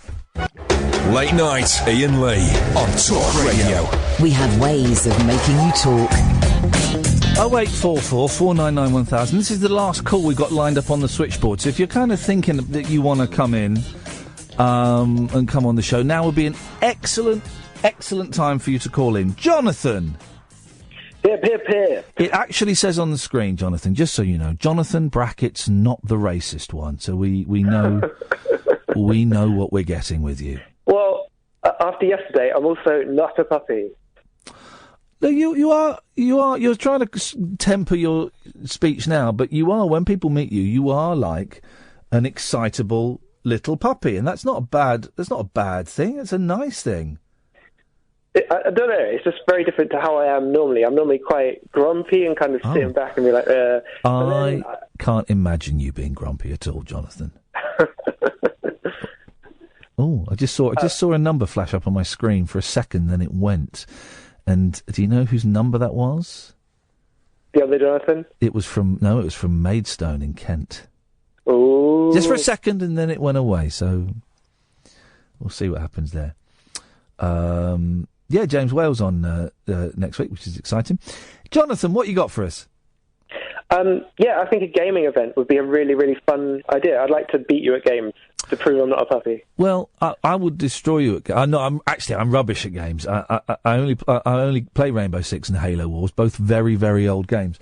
And I talked to a caller, John, the other day, about the possibility of hosting a gaming event. I just don't quite know how I'd make it work. Yeah, that's the thing. And what would it be? It's not going to be PC or Mac. It's going to be Xbox or PlayStation. I just don't know really. I know it's really niche as well, but I'm not worried about the nicheness of it. We get 30, 40, 50 people turn up, beautiful, but I just wouldn't know. We'd want a big screen, and would we be playing FIFA and playing Knockout? I don't know how, would we all be online playing, I don't know how we'd make it work, to be honest. So it's an idea that's percolating. Boy, was I disappointed when, maybe only in the last couple of years, I learnt that it wasn't percolating, it was percolating. Percolating? That sounds wrong. It does sound wrong. I always thought it was percolating, but it's not. It's percolating, I think. What does it even mean? I've not used that word. Well, when your coffee percolates, I think. So when it just kind of bubbles? Yeah, when it bubbles, percolates. Have I got that Yeah, percolation, yeah. It's when it bubbles, basically. You've got the coffee filter in, and the water passes through the filter. That's it percolating. Not percolating, it's percolating. I will never use that word. I also don't drink coffee, so I don't know why we've got it. Well, you should start using that word because it's a good word. But anyway, so it means bubbling away. So basically, yes, the idea of having a gaming event is percolating in the back of my brain. And, I need to blag an Xbox off someone. Who do I blag an Xbox off of for my own personal Xbox collection? Bill Gates hasn't got any anymore. No, he hasn't. No, he hasn't. Oh, well. Look, people are saying two people have mentioned to me today the phenomenon of being cut off from this show, right, when they phone in. And everyone gets cut off at some point. I'm going to cut you off in a bit, Jonathan, but you know it's coming, right? Yeah. But what I tend not to do, and some people take it personally, what I tend not to do is go, OK, Jonathan, well, have you said enough? Yeah? Have we finished? OK, well, thanks for calling in. I'm going to hang up now. Bye. And doing that, I tend to try and make it a bit smoother. And what I will do is, I'm not going to do it now, but I would fade that person down, and I would gently touch the screen that cuts them off. So it may seem they are being cut off mid-sentence, but to the listener, it's a smooth, seamless transition from caller to caller. But people don't take it personally, people, when you get cut off, basically. Yeah, it can happen, but I mean, it's a phone-in show. You have to get cut off. He's right, actually, yeah. Let's do this. Let's do this thing. Yes, Nigel. Oh, good evening, Ian. Good evening, Nigel. Lovely to talk to you. I want to thank you for putting those films on YouTube of the show, of you being filmed in the studio. Did you remember that one where you went off for a wee while I took over the show? I do remember it. Matthew Stevenson puts those up. Yes, I do remember that. Yes. So I've just found them now. I didn't know they were on there. They're on YouTube now. So that's brilliant. It's good how you've got the camera in the studio as well. That's just my telephone. Isn't it good? Aren't things clever these days? It's a nice clear picture. It's very clear. Yeah, it's very bit dark tonight because I've got all the lights off, but I quite like that. So when you've got a guest in the studio, people can actually see the guest as well. Yeah, when we had Scroobius Pip in the other night, people could see him. I'm hoping I can persuade Luke Haynes to come in the studio. And if I came to the studio, people could see me live as well. Well, they could do if you came to the studio. Well, I'd love to. And maybe in a later date. I mean, I don't live far away. So. Well, Maidstone in Kent is quite a distance. Well, not really. It's only... Are you talking to me now? Because you had a cob on the other night. Not really. No. I want to thank you for everything you've done with the records and stuff. Anyway, so it's my pleasure. But you slammed the. We thought we'd upset you. Because I don't know now. I think my mum was talking to me, and I didn't know which way to go. Oh, you got a bit flustered. I didn't know what I was doing. No, well, who does? There was nothing. I didn't row with you or anything. There was nothing to row over. Good. Well. But I'm so pleased about everything all round, and especially finding these videos of me talking on the radio as well to actually listen to them again. It must be a dream come true for you. Well, I'm glad it's brought you some pleasure. Yeah. I've been speaking to Dan on private, and everything's going great at the moment. Okay. With everything, the music and stuff. Beautiful. Well, we no need to worry. No. And it's been over a week now since that's been... No, it's a week now since that's been released. And I won't find out... The thing with iTunes is it's really, really slow, so I might not find out how many we've sold for 2 or 3 months. Well, it doesn't mean... it doesn't matter. We're going to have sold about 150, and any more than that, and I'd be very, very surprised. We're going to get about 20 quid each. Right. And that's all right, isn't it? Getting more and more famous, though. Yeah, it's money's not everything. No, fame is more important than money, isn't it? Yeah, I mean, you get famous, you can get on TV and radio, anything. Well, if you get famous, you can get stuff for free, so you don't need money. No, that's the beauty of it. I bet a lot of my fans would like to see me live in the studio, wouldn't they? And I could sing as well. Well, not this studio, they won't. Nice try. Yeah, but anyway, so what would you like to talk about? I don't think. Should we do? Miley, should we sing? No, so that was. Someone's had some happy pills today. Do you think he was angling for an invitation? It's very subtle. To what? No, I don't know what you're talking about. Oh, good. I don't really like having people in the studio, as you know, and even with guests, and when they're here, they're lovely. I mean, Stephen Page and Scroobius Pip, it was a joy. But Adam Buxton stunk the place out with his Adam Buxton was outrageous. swine. Yeah, but the anticipation of people coming into my space, and if you listen very carefully to the shows when the guest is in the studio as opposed to on the phone, I am a little bit more excitable, and I don't like it's not a good thing. And I'm a little bit more trying to please. I'm people-pleasing a bit more, and I don't like it. I don't like that. And I'm like that at the start of phone interviews for the first few minutes, and then it kind of dies down. But when people are in, I'm too keen. That's it. I'm too keen and eager. And I had a lovely dream last night. I was getting drunk. It's nice. 12 years on Monday, isn't it? 12 years.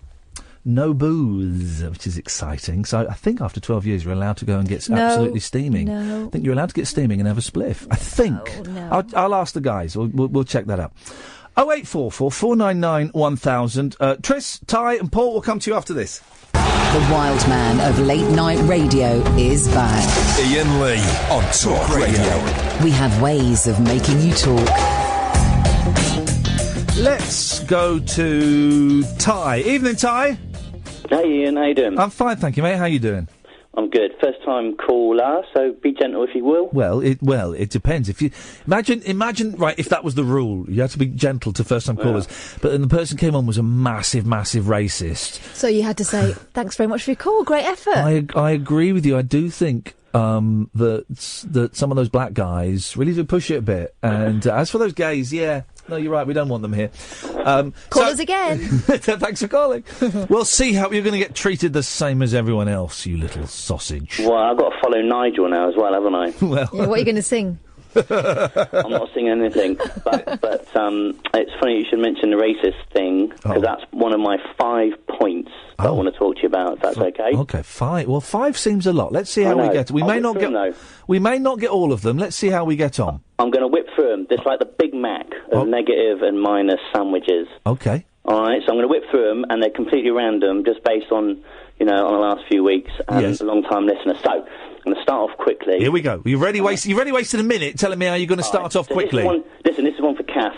Kath, a little bit disappointed in the old podcast these days. You ruined my routine. Because I used to listen to the first hour, get the last hour on the podcast, suffer missing out the middle hour. Now she's doing it all kind of best of, so I'm getting some repeats. Yeah, a little disappointing, Kath. Well, 2 words, tough, and one that rhymes with bitty. Because, do you know what? Sometimes the last hour isn't the best stuff. So I know, but then I got 2 hours out of the 3, you see. Well, all you can listen again. Yeah, that's true. You can listen again online. Yeah, we're still, we're still kind of tinkering. Initially, it was the first hour, then we moved to the last hour, and then the podcast is now best bits, and it's to keep you guys on your toes. It'll change again probably, and that's fine. But we also, if we have a big guest, that goes out as a separate podcast, and we'll do little bonus ones like the Noel Edmonds dog. And here's a question, Ty. Yeah. Were you more... This is actually a bit of customer feedback now. Were you more inclined to download the official Talk Radio podcast when I did an introduction and an outroduction for them, or does it not make that much difference to you? No, it makes no difference. Right, that's what we thought, didn't we? That's what we thought. It makes no difference to me. All right. I'll have it either way. So, shall I move on then? I don't want to waste my time if I'm going to get a limited time, because I've got a couple of other things I want to cover. Well, you've got 4 other things, apparently. Yeah. So I've got a couple of screen things for you. Yes. First one is Film Ring. Yes. Right, I love Film Ring, and I finally caught up on the Film Ring with the last one you did. Who Took Johnny, yeah. Yeah. What a film. Incredible. Yeah. And I also managed to do Kung Fu Elliot as well. But, so it turned me on to watching documentaries, like mad documentaries. So I've been watching a bunch of them, and I wanted to know whether you've come across this one called Welcome to Leith. Yeah, we watched that one. That's a brilliant film about the racists that try and move into a tiny little town that's got about 30 people in there, and they try and buy up all the property, and they're full-on Nazis. Yeah, it's good. It's an incredible film, that. It was, and the way they kind of had that red sign, Welcome to Leith, that sort of throwback to the Clint Eastwood movie. Yeah. Which Clint Eastwood movie? The High Plains Drifter, when he goes in and there's a sign that says Welcome to Hell. Oh, I remember don't. Remember that one? Hull? Hell. Oh, no, I don't remember that. Is it a cowboy film? Yeah. No, I never liked the cowboy films. Well, Welcome Welcome to Leith sign is a right throwback. There's to that movie. what's the Clint Eastwood film? Right, it's a really obscure film. I don't think it's Pink Cadillac. Pink Cadillac was always, if you hired a video in the 80s, there would always be a trailer on there for the Clint Eastwood film Pink Cadillac. I don't think anyone's ever seen it. No. There's a Clint Eastwood film where he works in a circus. Right, and it's got a line. I don't remember anything about the film, but there's one line in it that I always quote to kids. Right, Bongo Billy, is it? It might be. It might be, right. But there's these kids, right, just dicking around, right. And he goes, "You kids, why aren't you at school?" And they go, "'Cause it's Saturday, Mister." And he goes, "Well, you should be at school anyway." And I do that when I do it on the phone sometimes. If you hear me say that to a kid in the middle of the phoning in at 11 o'clock, "Why aren't you at school?" 'Cause it's 11 o'clock at night. "Well, you should be at school anyway." We're in the summer holidays. The 11-year-old you had on before. Yeah, she was drunk. I do it a lot in the school holidays, and now you've heard where that shtick comes from. You'll spot it. School holiday. "Why aren't you at school?" "Well, because it's the school holidays, mister." When I lived in Spain, there was a little village priest that used to say that to me every day, and I was like 25. But if anyone knows what that film is, well, good for you. It's quite a boring film, I remember. What was the other? Clint Eastwood did some really boring films. They always do these films, actors, when they've done action movies, and then they want to prove they can act. And he did a film where he was a country and western singer, but he really sang it, and he's not a very good singer. That's the problem. That rings a bell, actually. Didn't he sing in the Lee Marvin? He sang in the Lee Marvin film. Was it Follow That Star? No, Lee Marvin says, "I was born on a wandering star."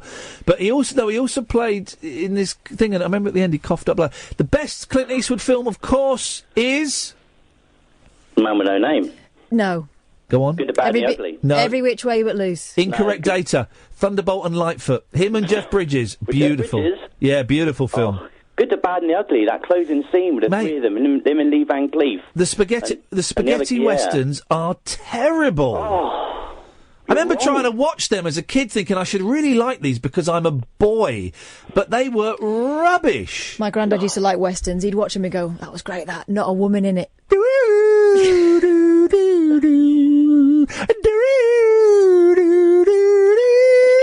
I love that stuff. They're rubbish. Oh, well, I'll let you off. Point number 3. Is that only 2? Yeah. All right. So the other thing you said the other day. Your third and final point. Oh shit! I'm gonna have to narrow it down then. You're gonna have to nail it down. Okay. Come on, you can do it, man. You've had a good crack of the whip. You can do it. I was going to say something nice about you, but I'll skip it and I'll move on for a recommendation. Yes. You can say the nice thing at the end. I'll let you. No, we don't need a nice thing. Dag. What? Dag. Heard of it? Dag? Dag. D-A-G. Norwegian comedy, subtitled. Tucked away somewhere on Sky Arts. Oh. If you've got that. I think you'd love it.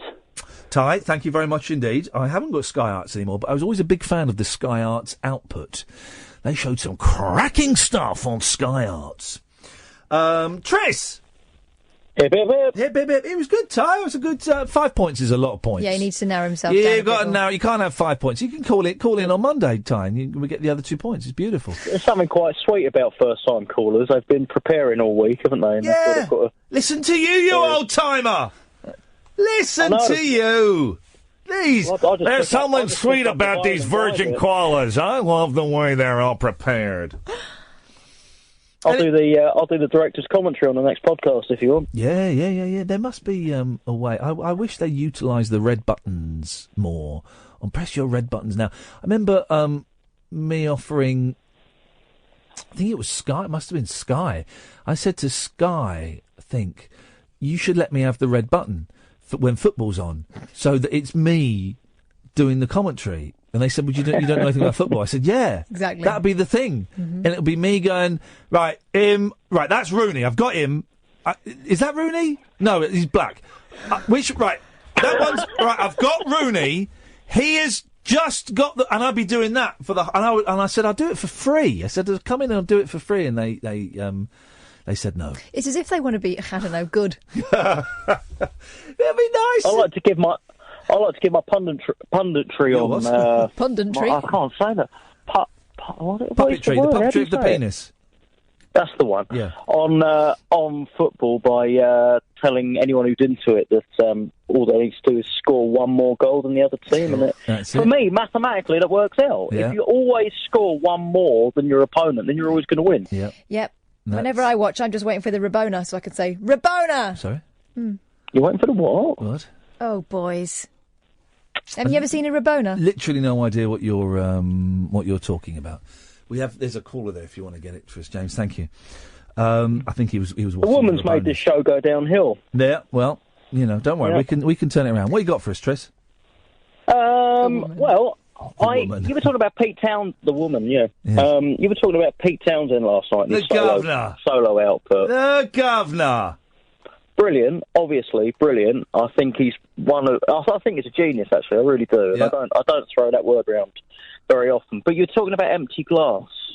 Yeah. And there's one track on there with some dubious lyrics, man. Rough Boys? No, And I Moved. What's so dubious about that? Let's get the lyrics up. Get them up. Town. And just, without saying too much, if you think about his more recent past. Yeah. All right, yeah.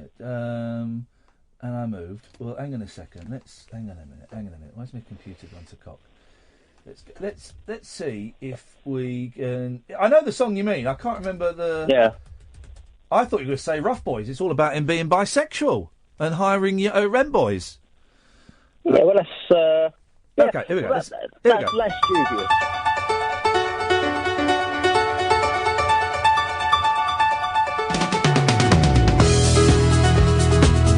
It's a good album. I don't think I've got this on CD. I'm getting this. Here we go. It's a great album. I think this is about being a little bit bisexual as well, isn't it? Well, there we go. Yeah. All right, you're worried it involves children. Here we go. Let's see.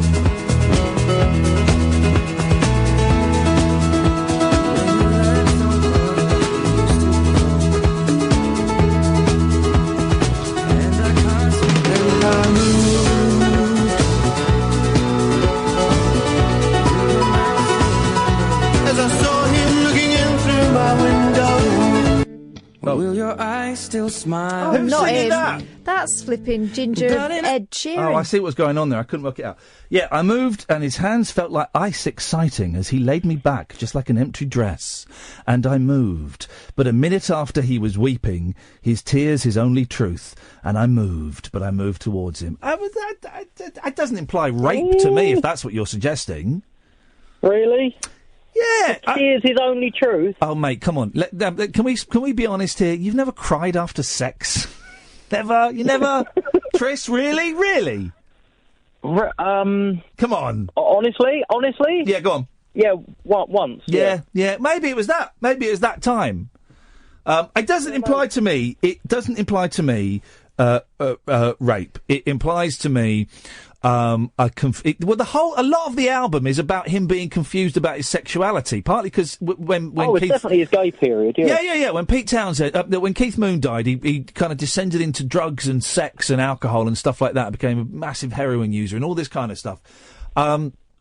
And became very confused about what he was in terms of A, a rock star, and B, a sexual human being. And he was off, doing all kinds of bits and pieces. And fair play, he wrote some crap. Rough Boys, I mean, that's a great song. Yeah, Jules and Jim on there's great as well. Yeah, and it's a brilliant record. Is that the one that's got, I was digging in the yard today when the letter came from Southampton way. Keep on working. I must admit I was a bit in the red, but if you never have the pleasure, then you might as well be dead. Keep on working. Keep on working. Keep on working. Keep on working. Wow. It's good, that one. We'll play that up. I'll tell you what, we'll play that when we come back from the news. You've heard his Rough Mix album with Ronnie Lane, I take it? Yeah, that's quite nice. Is that the one that's got Sheraton Gibson on? No, that's on Who Came First. Oh, God. I'm torn now. Do we play Keep On Working or Sheraton Gibson? Let's play Sheraton Gibson. Because that is Gibson, obviously. One of the greatest songs, one of the sweetest sounding songs that hardly anyone's ever heard. It's brilliant. We'll have that. We'll have that, Tris. And I dedicate it to you. It's nice, Sheraton. I'm just sitting in the Sheraton Gibson, playing my Gibson. Oh, it's a great song. Yes, Paul. Hello, mate. How are you? I'm all right, thank you, Paul. What have you got for us, boss? Oh, not a lot, really. I mean, like, the thing is, I mean, like, I don't actually get to hear your show live. Most of the time I listen to the podcast, and I don't want to bring it down. I'm going to bring it down and bring it up. How's that? You take us every which way you want to take us. Well, the first thing is, it's your mum's situation. I was absolutely, when I listened to the podcast the other day, I just can't believe that. It sucks, doesn't it? It sucks. I was saying today, you may have missed it today, that there is a little bit more negotiation going on. The care home and the council are talking again, but I'm expecting to get fobbed off completely. The thing is here, mate, it's like, so if I've got money, yeah, I get it ripped off me. Yeah. But if I could give that away to my kids or my son or whatever, and then I would be in the situation your mum is now originally. Well, they're cleverer than that. Like she couldn't have given the money away because we looked into it, guys. If she'd have given it away 7 years before she got ill, there's a 7-year window. Then yeah. But yeah, basically, if you've got a load of money, you have to spend it all. If you've got no money, you'll get the same treatment as someone who had a load of money. And then the person who had the load of money gets shafted a few years later when all their money goes. That's how it works, unfortunately. Ian, mate, honestly, I don't know what to say about that because that is such a big eye-opener, what I've had listening to you with that. I'm thinking, what am I going to do? Do I spend my money? Do I give it to my kids? What do I do? Do you trust your kids? Yeah, of course I do. Well, no, some people don't. I would say, when I'm of an age, I'm going to put all my money in my kids' bank account. And do you know what? After listening to what you and your poor mum's gone through, that's exactly what I'm going to do. And I'm going to think, seriously, well, there you go. Now look after me. Yeah, well, exactly. I'm going to say, look, here's all the money. It's mine, and just hope that in the next 7 years you don't need to go into a care home or something, because otherwise they can take all that money back. I might sound flabbergasted because I am, because I can't believe it's how it is. No, it's insane, man. It's insane. Oh, mate, I really do feel for you, and I'm thinking, well, thank you. There, for the grace of God, go all of us, mate. It means a lot to me and my sister, who I know is listening, so thank you, Paul. We've got 60 seconds. You had something else you wanted to say. Yeah, Nigel from Mason, you know you created a monster yourself, mate. It's your own fault. It's your own fault, mate. Is it my fault, Paul, if I've done it? Blimey. Get away from that right quick. I've got downstairs, I live in a flat, downstairs are playing karaoke. Yeah. And they are really worse. And I'm thinking, I know, but a man who can actually produce them. I'm really tempted to go down, knock on the door, and keep you on the radio and go, hello, here you go, and you can listen to that. What song are they murdering at the moment, Paul? At the moment, he says, I could do anything but love. Oh, flipping out. Yeah, do anything but sing. Oh, flicking out, Kev, well done, mate, you know it, don't you? She sung it a few times. I won't do that. She's sung it a few times. Paul, listen, a lovely call, mate. Thank you very much. I've got to go because we're going up to the news, but I really appreciate you calling. Thank you. We're getting lots of nice callers and lots of people that have only called once or twice or not at all before, which is great. Honey, come to you after this. I'm sitting in the Sheraton Gibson, playing my Gibson, and boy, do I wanna go home. I'm sitting in the Sheraton Gibson, playing my Gibson, and boy, do I feel all alone.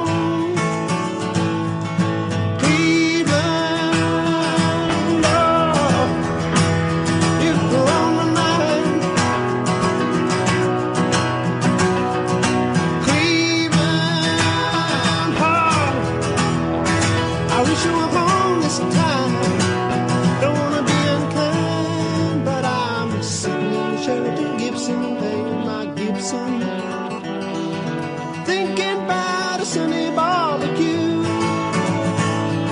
I'm sitting in the Sheraton Gibson, playing my Gibson. In my mind is a Cleveland afternoon.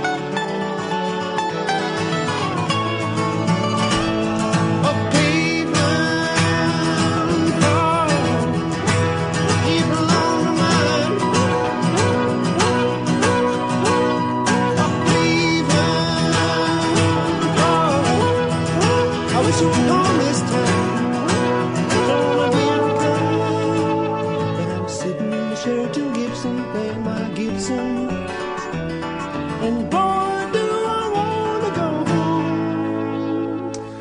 home. I just had a really uncomfortable feeling then. What? We may have just activated the curse. I just felt... Let's stop talking about him then. Well, the thing is, if we talk about the curse, I think that undoes the curse. So I'm really hoping that we may have activated the curse, but maybe just by talking about it, we have deactivated the curse. Wouldn't that be horrible if that was tomorrow's news? Aye.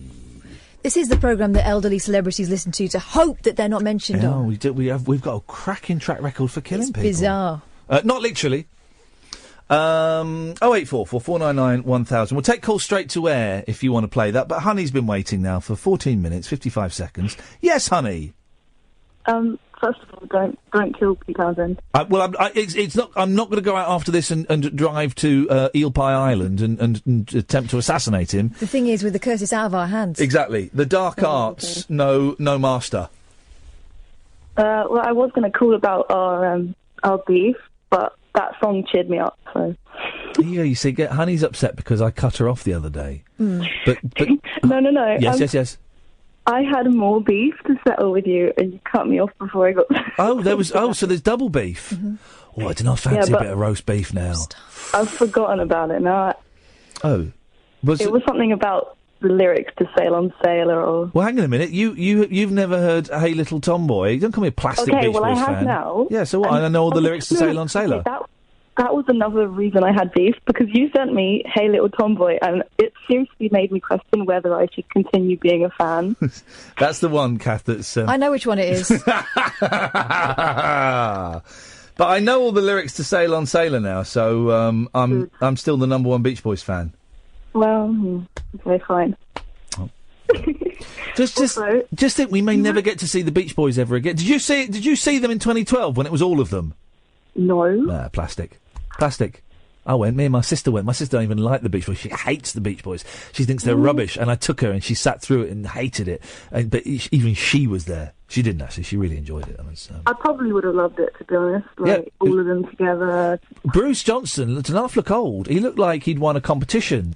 But it looked like a kid had won a competition to go on stage with the Beach Boys, but the kid couldn't go, so the great-grandfather went instead. Well, I wish him all the best. He wrote Disney Girls, which is a great song. He wrote Disney Girls, he wrote I Write the Songs. And also Deirdre. And Tears in the Morning. Not quite such good songs. Not quite such good songs. What you got for us, Honey? Or is it just to say that you haven't got beef with us anymore? I was kind of going to apologise, but also... Oh. I was going to say... Oh, I was going to apologise for, keep sending you stuff on Twitter that say that we have beef. You keep sending me stuff on Twitter saying you've got beef with me. Listen, you're hardly the biggest troll that I've got, so I don't... I don't want to be a troll. I literally just want to talk about music. Like, every time you talk about anyone I like, I'm like, I have to call. Like, you mentioned Paul Simon today, and I was like, yes. Paul Simon, I went through a big... Catherine bears witness this. I went through a big Simon and Garfunkel thing about a year ago, and it's like, how did I not know... I knew the hits, obviously, but how did I not know that everything they've done is brilliant? Even the rubbish stuff is brilliant. Yeah, it's so good. I do wish I had a music show, because it would be great to then go, oh, now, do you know this Paul Simon solo song, but it's got Art Garfunkel on, and I'd play it. We had that kind of for a while, didn't we? Did then have it that. Got spoilt. And we got shafted, yeah. Aww. Never mind. I'm sad I missed it. Well... Also, I want to tell you something for my friend. Yeah? I have a friend who lives in Canada. Uh-oh. They're French-Canadian. Yeah. And they listen to your show every night now. In French, in whereabouts? Quebec? I think, yeah. Hey, well, speak to them in French, but you've got to speak to them in Canadian French, Catherine. Oh, well, that's kind of... You've got to speak it's like 18th century French, isn't it? Well, no, they just kind of... They've got slightly like Canadian... Well, like an American accent, don't they? Bonjour, I'd say. They don't say it like that. They do no, talk about that. Don't. I used to go and interview this guy called Doug McEwen from the Peterborough Pirates. Yeah. Right? He was an ice hockey player. The paedophile pirate. Peterborough. Right. But he couldn't say Peterborough, he said Peterborough. Pete said, okay, yeah. Paedophile pirate's something quite different. Yeah. They're fun. It's fun on the outside. Frowned upon. Yeah. So I used to go and see him, and he tried speaking French to me once, and it was hilarious. Really? Yeah, because they've got a proper funny accent. But fair play to them for keeping it going. My sister's furious with me. She says, I never said I hated the Beach Boys. Yes, you did. And you also said... No, she didn't at all. Honey, thank you for that. I'm going to cut you off. Is that okay? Good. Oh, beef. Oh, there we go. Fresh beef. We're going to take calls straight to air. Line 1, you're on the wireless.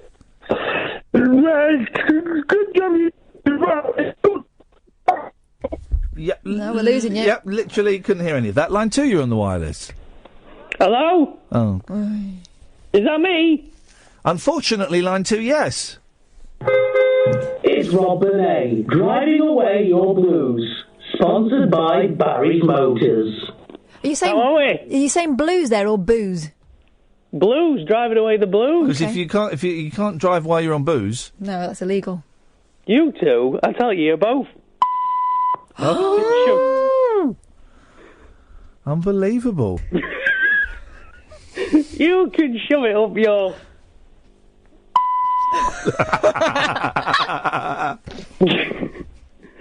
You and in the bushes all over your... Oh. Thank you very much indeed. It's such a dangerous game to play. Do you know what? There's not enough delay in the world for what I wanted to say to you. Line 1, you're on the wireless. You need to go and stand somewhere we can hear what you're saying. You'll have heard those words on Periscope. Well done, you. That's why it's worth watching. Line 2, you're on the wireless. Oh, no, you're not. Let's try again. Line 2, you're on the wireless. It's the remix to Ignition. You got fresh out the kitchen, mama, rolling that body, girl, everybody. Oh. You ballsed that up, didn't you? Oh, rats. Got the words wrong from the off. It's the remix to Ignition, hot and fresh from the kitchen. My mama rolling that body, got every man in here wishing, sipping on coke and rum. It's like, so what, I'm drunk. It's the freaking weekend, baby, I'm about to have me some fun. Bounce, bounce, bounce, bounce, bounce, bounce, bounce, bounce, bounce, bounce. Well, it's like murder, she wrote, the moment that she's taken off the code. And then it gets a little and bit... so on. And so on and so forth. Oh, wait, what's the number? 0844 499 1000. Call straight to air. Late night Iain Lee on Talk Radio. We have ways of making you talk. People like, man. Well... you can go to my website, dear listener, if you want. I'm picking various bits and pieces and posts and podcasts and things to illustrate there. If you go to iainlee.com, you can have a look. Now that I've remembered, partly because I remembered the password to log in. I could never remember the password, and now I've got it. Isn't it always one of it two? Is. Well, no, but but the thing is, then sometimes you have to have a capital letter, and then trying all the combinations, and some have the numbers at the end, and some don't have the number. Oh, yeah. I've remembered the password. I'm staying logged in. I'm not logging out of that page now. So I'm in for good. Call straight to air for another 15 minutes or so, and then we're going to have Hunter Davies. Yes, line 1, you're on the wireless. I'd like to publicly apologise to R. Kelly and any member of his family that might have heard my dismal attempts, and I apologise. Would you like to apologise to the listeners? I apologise to the listeners. Would you like to apologise to Catherine? Unreservedly. To Catherine? I apologise to Catherine Boyle. Would you like to apologise to me? Up yours. Oh, that really was cold, wasn't it? That was cold. Gosh. But I expect nothing less from that woman. She continually phones in, and I expected nothing less. What's the thing they do? The custard codpiece? The codpiece up your bumhole. Hang on a second. Connor, the thing is, I can block you from the Talk Radio Twitter feed. So burn. So don't send rude messages about me. I'll block you. I'll block you. I got access to the Talk Radio feed. I can block you. I just blocked you. How'd you feel about that? You think I'm no good? You're still listening, you jerk off.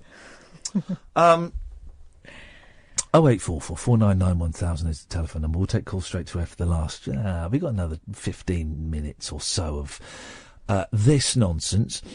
Then it's Hunter Davies. Guests, we need to have another little think around for some guests. That last little mail out was quite productive, wasn't it? We got some great stuff off the back of that. Luke Haynes to say, hopefully at some point, I need to chase up the Rocking Birds. Have we got anyone else lined up? Yeah, PP Arnold I've been trying to get hold of. She's going to be back October. Okay. It's nearly October now. It's October next week.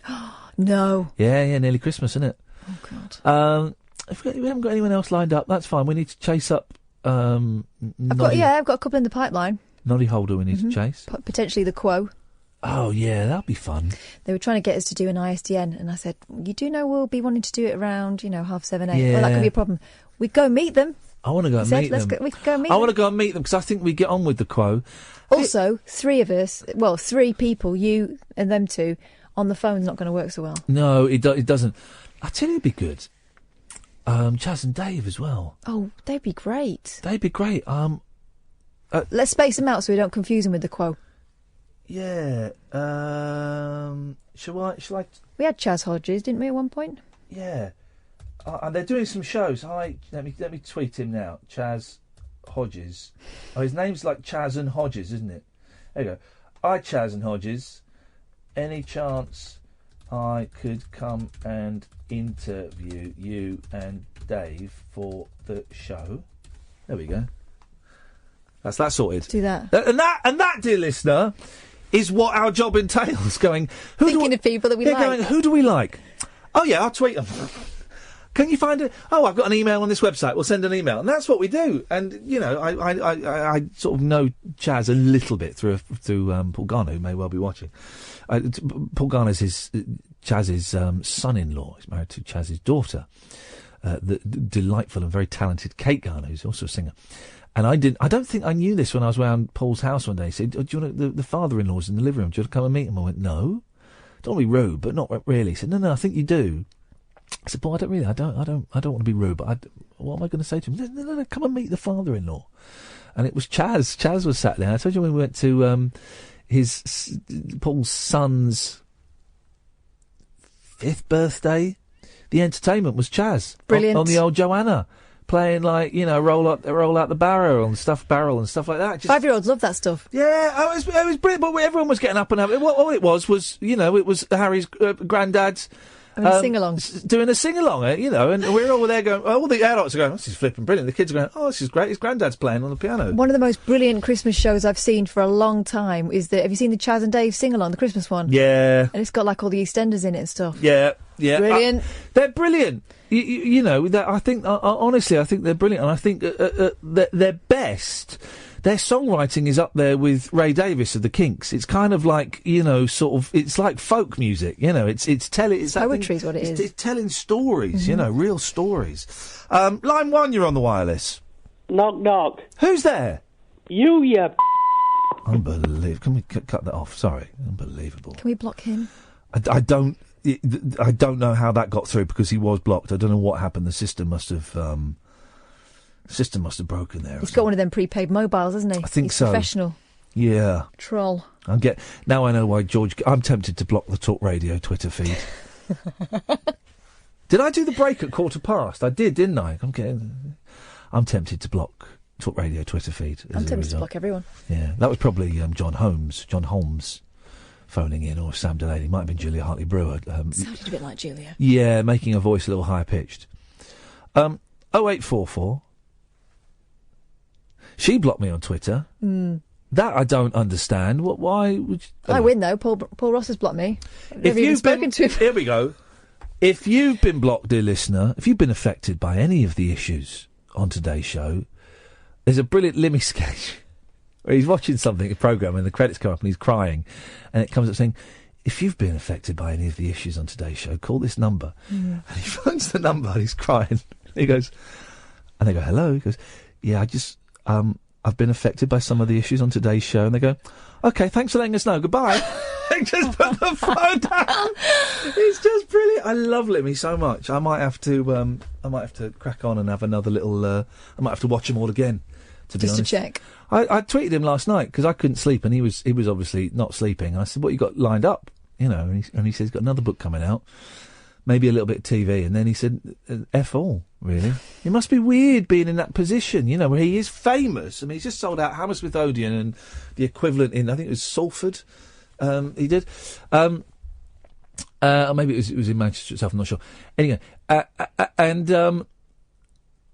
but he hasn't got a job. No. You know, he hasn't got a job, and I'm sure he'd have got paid well for those gigs. Of course he would. But there were big shows, and there were other people involved in it, and he would have had to have paid salaries and stuff. But he hasn't got a job, you know. And you just think he's such a talent. You know, he's like proper unique way of looking at the world. But what's he going to do? I think he'll be all right. I think he'll be all right. I'll worry about people like that. But then, you know, that's fine. People have stopped calling in. They're anticipating the Hunter Davies. Well, and they're thinking, has Kath put the sweary one in by accident, or has she put the bleepy one in? Sweary roulette. It was only... Well, have you got both the swears? Well, he said... But that's fine. That's fine, I know, that's fine. Because you remember, when we were at the BBC, sugar was right up there. What was? Sugar. What? You couldn't say that. That was deemed too rude. But you could say... You could say crap. But sugar was deemed too hard. But yet Radio 4... Oh my, they've been dropping the C-bomb. Yeah. And they'll do it at like 2:30 in the afternoon if they've got a play on or something. They'll I mean, they had the C-bomb at 11:30 in the morning. We read the thing out in the paper the other day. 11:30 in the morning, and it was pre-recorded, I think. Mm. I would have bleeped that, definitely. Wouldn't have let that go out. That was outrageous. Mm. Don't even get that on Jeremy Kyle. No. Line 1, you're on the wireless.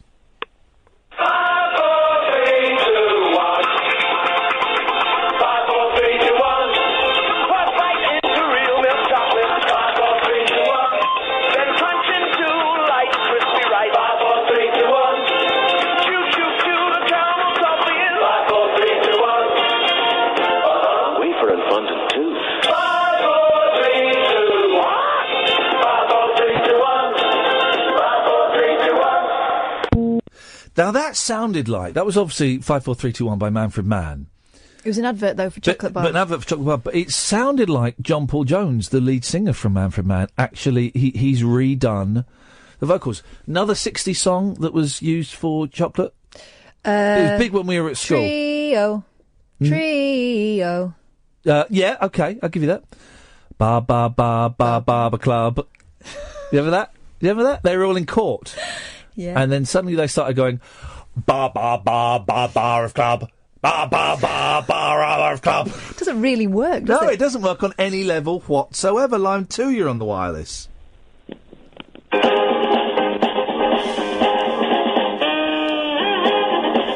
Now, it always amazes me. This bit of music has a title. Yeah, Yakety Sax. Yakety Sax. And when was this? Because this was before Benny Hill that this music was written. Is that all we're getting? But it's like... Oh, this is that Vaughan Williams song. My soul. Yeah, it's true. Anything else? No? Okay. Who's you? Here we go. This is an interesting tweet. I remember you've tweeted this to me before, I'm sure, Quadrophini. For some reason there's a conversation going on about people who've blocked people on Twitter. Oh, no, because I started it. That's why. Crazy reason. Dolly says, my friend once asked John Cusack to help them for a school essay, and he blocked them because of it. Gosh. I've heard that story before. That rings a bell. 0844 499 1000. It feels like we haven't done this for a while. We didn't do this last week. Who knows what we did 2 weeks ago, but for those of you who are kind of new to it, what we tend to do on a Friday for the last hour is call straight to air, where you don't speak to Catherine or James or Ed or whoever it is answering the phone calls. You dial in, a number flashes up on my screen like it does here. I touch the screen and I say, line 1, you're on the wireless. And that's what happens. And it can be long, it can be short, it can be, some as big as your head. Someone picks up on... So I do like throwing out little private jokes in the in the show, which I don't think anyone gets. And what someone heard one of my jokes the other day. It was when we were. I don't remember who we were talking to. Don't know, but they were talking about black kids, and I went, "Black kids, white kids, some as big as your head," and just as a throwaway line. What is that from? That's from I've Got a Lovely Bunch of Coconuts, isn't it? Black kids, white kids, some as big as your head. And someone picked up it and went, "Oh, I really liked it I really enjoyed your coconuts reference to black kids, white kids, some as big as your head." When it's someone being a bit racist. It was someone being a little bit racist. Yeah. But I'm glad they picked up on that. I do feel like sometimes I'm doing like 3 different shows at once. I'm doing the crazy phone-in show, and then I'm doing like something that's a little bit more subversive, and then way, way, way down deep. It's just like this avant-garde noise, white noise, that some people are tuned into, and congratulations. Time for a break. Late night, Iain Lee on Talk Radio. We'll get you talking.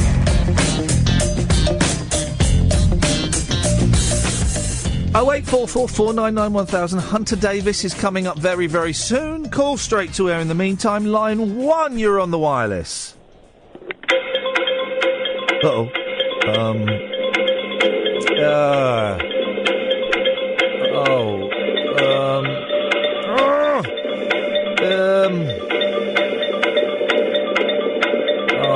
God. It's so tense.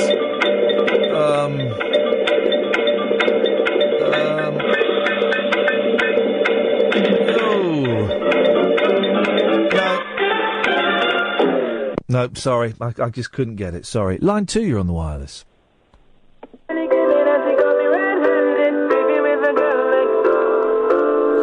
Picture this, we were both buck naked, banging on the bathroom floor. How could I forget that I had given her an extra key? All this time she was standing there, she never took her eyes off me. Oh, you could just go, man, to your villa. Just for fun of business, all the love in your villa. You better watch your back before she turns to a killer. Listen to the situation, it's the cause of winner. To be a true player, you have to know how to play. If you say a nice can be a say a thing. Never admit to a word that she say. And if she claim a you tell her, baby, no way. Let it be, let it be, let it be, let it be.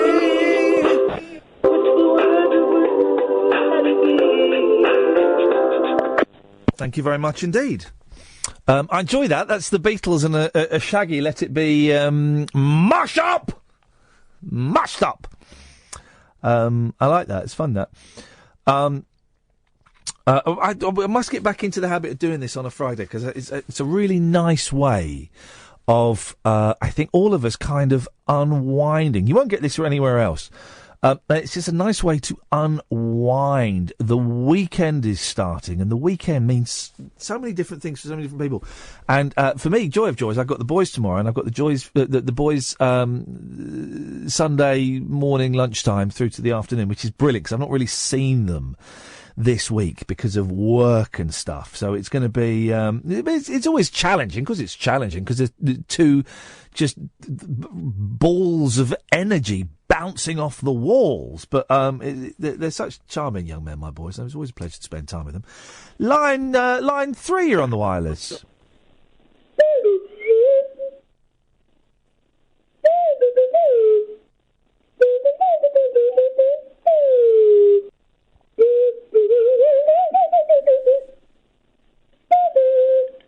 I never got the clangers.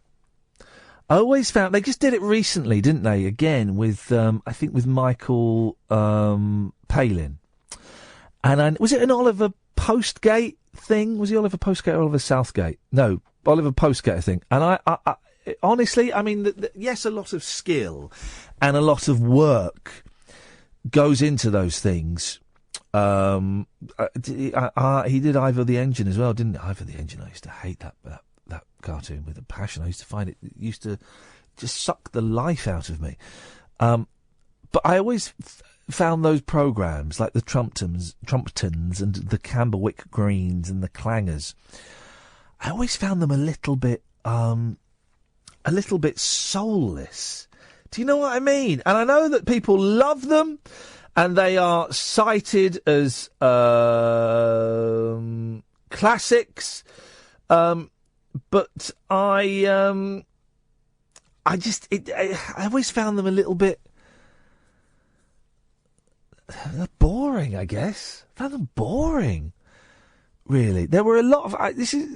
we don't normally do the looking back on old kids' TV shows, because it's quite a lazy phoning. But when I think kids' TV shows now are significantly better than most of the rubbish that we used to have. Everyone looks back on old kids' TV shows. Oh, they were great. They were brilliant.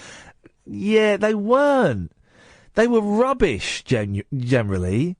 And the stuff we've got now, trust me, I know, because we don't watch that much at the moment, but we have watched enough of it. It is funny, and it's entertaining, and it's informative. Back in the day, we used to have to sit through rubbish like The Perishers.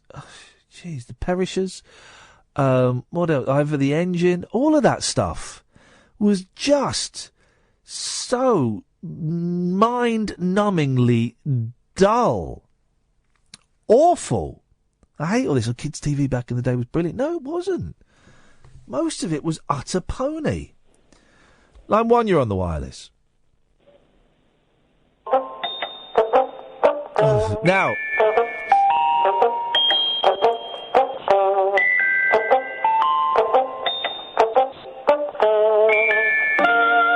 this is the Flumps, yeah?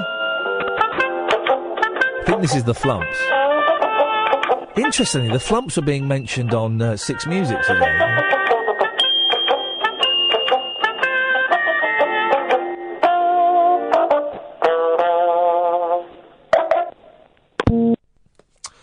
The Flumps were mentioned on Radcliffe and Maconie today. Now, the Flumps are good. There's only one episode of the Flumps, though, isn't it? It's the one where he gets that bit of tape stuck to his finger. That's the only episode that they ever made. But I'm all for nostalgia, right? And but primarily in music, okay? Because TV. I'm old. I'm so old, right? Oh, the 60s and the 70s, man. But I was born in 1973, but I still had at least one grandparent, I think two, great-grandparent, who had an outside toilet. Didn't have a lavvy indoors. Nanny Menagin, we used to have to go to the lavvy outside. Flipping it. It was horrible. In this weird house in London, which is now probably turning to flats, and each flat is probably worth £1 million each. But we used to have to... that outside toilet was disgusting. There was no light. Spiders. Oh, it was horrible. Did you have proper toilet roll, or was it the newspaper? I think it was like school toilet roll, so the tracing paper. I think... That doesn't do anything, does it? Well, it's just... You can't... you need a porous material, not a shiny one, basically. Do kids still get tracing paper? I don't think they do. They don't, do they? I think it's against their human rights. I think that it causes global warming or something. Hey! ISIL, it was called, wasn't it? Here's the thing. Go on. You know the hole in the ozone layer? Yeah. It's closed up. What? We fixed it. That's that sorted then. We fixed it. The 80s was all about the hole in the ozone layer.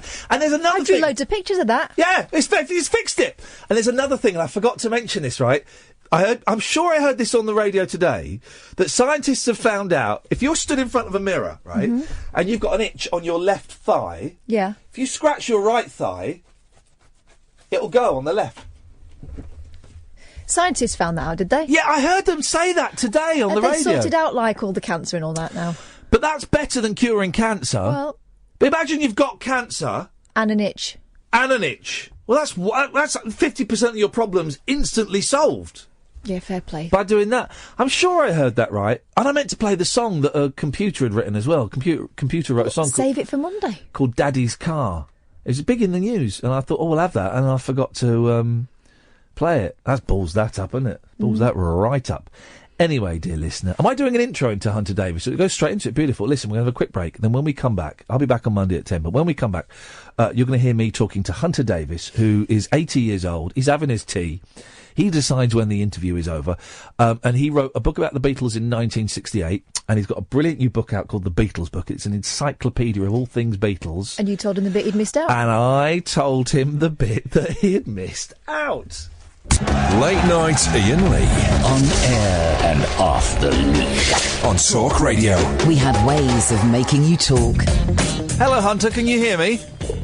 Hi. Can you hear me, Hunter? Is this loud enough for you? Yeah, I'm losing my hear. I've got something wrong with my ears. Oh, man, I'm sorry. Can I say, what an absolute... I'm a huge Beatles fan. It is such a thrill to talk to you. Right. And I know I've got the Beatles, the book, the encyclopedia in front of me, and we will get on to that. Yeah. I just wondered, how did you end up in the Beatles world? Was it through the Here We Go Round the Mulberry Bush book? Roughly that. I can tell you, we haven't started yet, have we? Oh, we don't have to. We are recording, but we can keep this off the record if you'd rather. No, there's nothing off the record. Go. So we're recording now? Yes, we are recording now. In 1966, before you were born. Thank you.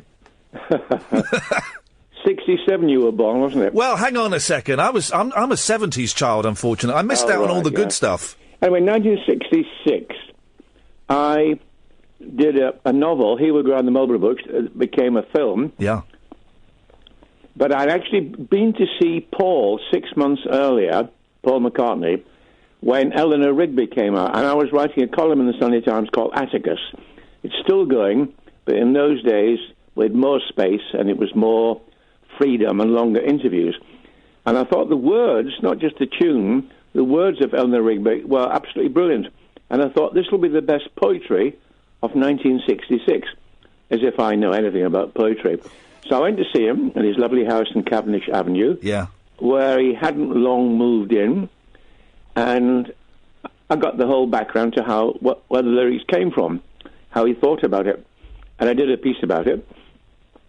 6 months later, my novel was bought to be made into a Hollywood film, and I went with the director, Clive Donner, to Paul's house again, but this time with a different hat on. This time I was a screenplay writer, and we hoped he would write the theme tune for the film, because he did a few theme tunes in the 60s. Yeah. Whose names escaped me. But he did... The Family Way he did, didn't he? The Family Way, well done. Thank you very much. 1 point to me. Yeah, despite being born in 1970. I know. Anyway, he turned us down. But it was this second meeting, I said to him, there should be a proper biography of the Beatles. There have been two little books about the Beatles. One, both paperbacks. One, a fan club book for the fans. And one, which is very good, by an American journalist called Michael Brown, which was a slice of life on a tour. I said, you want a proper biography of the whole jing bang? And he said, great idea, but you have to see Brian Epstein, our manager. Yeah. So there and then, he sat me down and he helped me compose a letter to Brian, telling me which things to stress. And I went to see Brian, and I got the gig. Isn't it funny that Paul McCartney, he couldn't make that decision himself? He had to help you to persuade Brian Epstein to make the decision. Well, this is 1966. Yeah. Brian was their manager, and he was still the most important person behind the scenes in their lives. And so obviously anything, a big decision like that which involved them all, Brian had to agree. By the time I'd finished the book in 68, that had all changed. Well, Brian was dead for a start. Well, of course, that would change. But even before he died in 1967, he had moved away from the Beatles. They'd become independent. They'd become independent of George Martin. They were calling the shots in the studio. They were taking forever. And whereas when they first did their first LP, it took a day. And they were bossed around by George Martin. But by Sgt. Pepper, there were 3 months in the studio, and they were totally in charge, telling George what they wanted him to do. You remind me of a great line from the Ruttles, the Beatles spoof, where it says, the first LP took 20 minutes to record, the second one took even longer. And it's a brilliant, because it was, those first Beatles records, they go in and bang them out, wouldn't they? That's funny, but what they tended to bang out in those days, they banged out what they've been doing night after night, twice a night, on tour. Whereas with Sgt. Pepper, every song was handcrafted, and they couldn't have done a day in the life on a stage, because they didn't have the gear, they didn't have the equipment, they didn't have all the technicalities. So they were creating not just performing. So that's why it took so long, really. How much access did you have to the Beatles? Were you kind of given carte blanche and you could just turn up at recording studios, or did you have set times to interview them? I had to worm my way in. Right. I had to be wheedling and arse-licking and charming and lovely. And but I'd go round in the afternoon to Paul's house, because I still live not far away. Yeah. And would walk on Primrose Hill with him. Then John would come, and they would go to the studio upstairs and muck around. One of them would say, I've got an idea here, and they would have half a tune, and then they would work on it. And then they'd go round to Abbey Road in the evening, and I would just follow them into the studio. And eventually I was sitting in the bowels of the studio. The studio is quite tall, and George Martin would sit high up behind the glass wall, fiddling the knobs with his assistants. Yeah. If the wives came, or friends like Mick Jagger, they had to sit upstairs behind the glass wall. But I managed to insinuate myself, so I sat downstairs with the Beatles themselves. Fantastic. And were you a Beatles fan? I mean, you said you respected the poetry of some of their lyrics, but were you a fan? Of course I was. You couldn't devote 2 years of your life to something if you weren't a fan. And I was doing it because I was a fan. I remember sitting in the studio, and when John and Paul were having words about something, I thought they might suddenly turn round, which is what happens when, as it were, members of a family are having an argument. They'll turn around and say, out, what are you doing here? I remember thinking, if I get chucked out, the book will never come out, my contract will collapse, I'll have to pay back the money to Heinemann. But I thought, I'll have had the pleasure and privilege of being here, even though I can't write about it, and watching the Beatles perform. And that would have been enough for me. Well, not would have been enough, but I would have been content with that. It's a great book. Am I right? It's still the only official Beatles biography sanctioned by the group. What happened was, when I went to see, as I told you earlier, when I went to see Brian Epstein in his lovely house in Belgravia, in Chapel Street, and we agreed the deal. The advance, by the way, was £3,000. Wowzers! And we gave a third of it, of the first edition, the first book, to the Beatles company, which was NEMS, Brian's company. Anyway, during this meeting, Brian offered us a clause in the contract which we hadn't asked for, my agent hadn't asked for, we hadn't thought about it. And the clause was words to the effect that Brian would give no access to any other hack, any other writer, any other author for 2 years after my book came out. So my book would have a 2-year run before there was another book about the Beatles. So we're talking in 1966, when I met him. Yep. The book came out in 1968. 2 years later was 1970, by which the Beatles were no more as a group. Brian Epstein, famously wasn't the best at doing deals, was he? No, nobody was to know that the Beatles wouldn't exist. So all the time I was doing the book, I didn't know I was going to become the only authorised biographer. Did it upset you? I know John Lennon... Jammy. Jammy, very jammy. Yeah. John Lennon in the early 70s, he kind of seemed to like slagging off pretty much everything Beatles. Oh, yeah, he slagged off my book. He said your book was bullshit, didn't he? He was slagging off himself. He was slagging off the Beatles. I think there's a Rolling Stone interview. He was in America by now. Yeah. And he said my book was a whitewash. Yeah. And I rang him up and said, what do you mean? There was no... You read everything about it. The only thing I changed in the book was because you asked me to keep Aunt Mimi happy, and I didn't actually change anything. Aunt Mimi was moaning. Aunt Mimi had read a proof at some stage and said, John never swore as a young boy. I don't want him swearing in the book. So she moaned to John, and John moaned to me, so I went to see her and calmed her down. I didn't change the swearing, but I put a paragraph at the end of a chapter which said, quoting Mimi, John was as happy as the day was long. So it wasn't a whitewash job, but on the other hand, in 1968, I did have drugs in the book. Yeah. I do have bad language in the book. I describe Brian Epstein as a gay bachelor. What I didn't have was the groupies. And that was me self-censoring. Yeah. And I self-censored because even people in the 1960s knew what happens behind the scenes in hotels or in dressing rooms.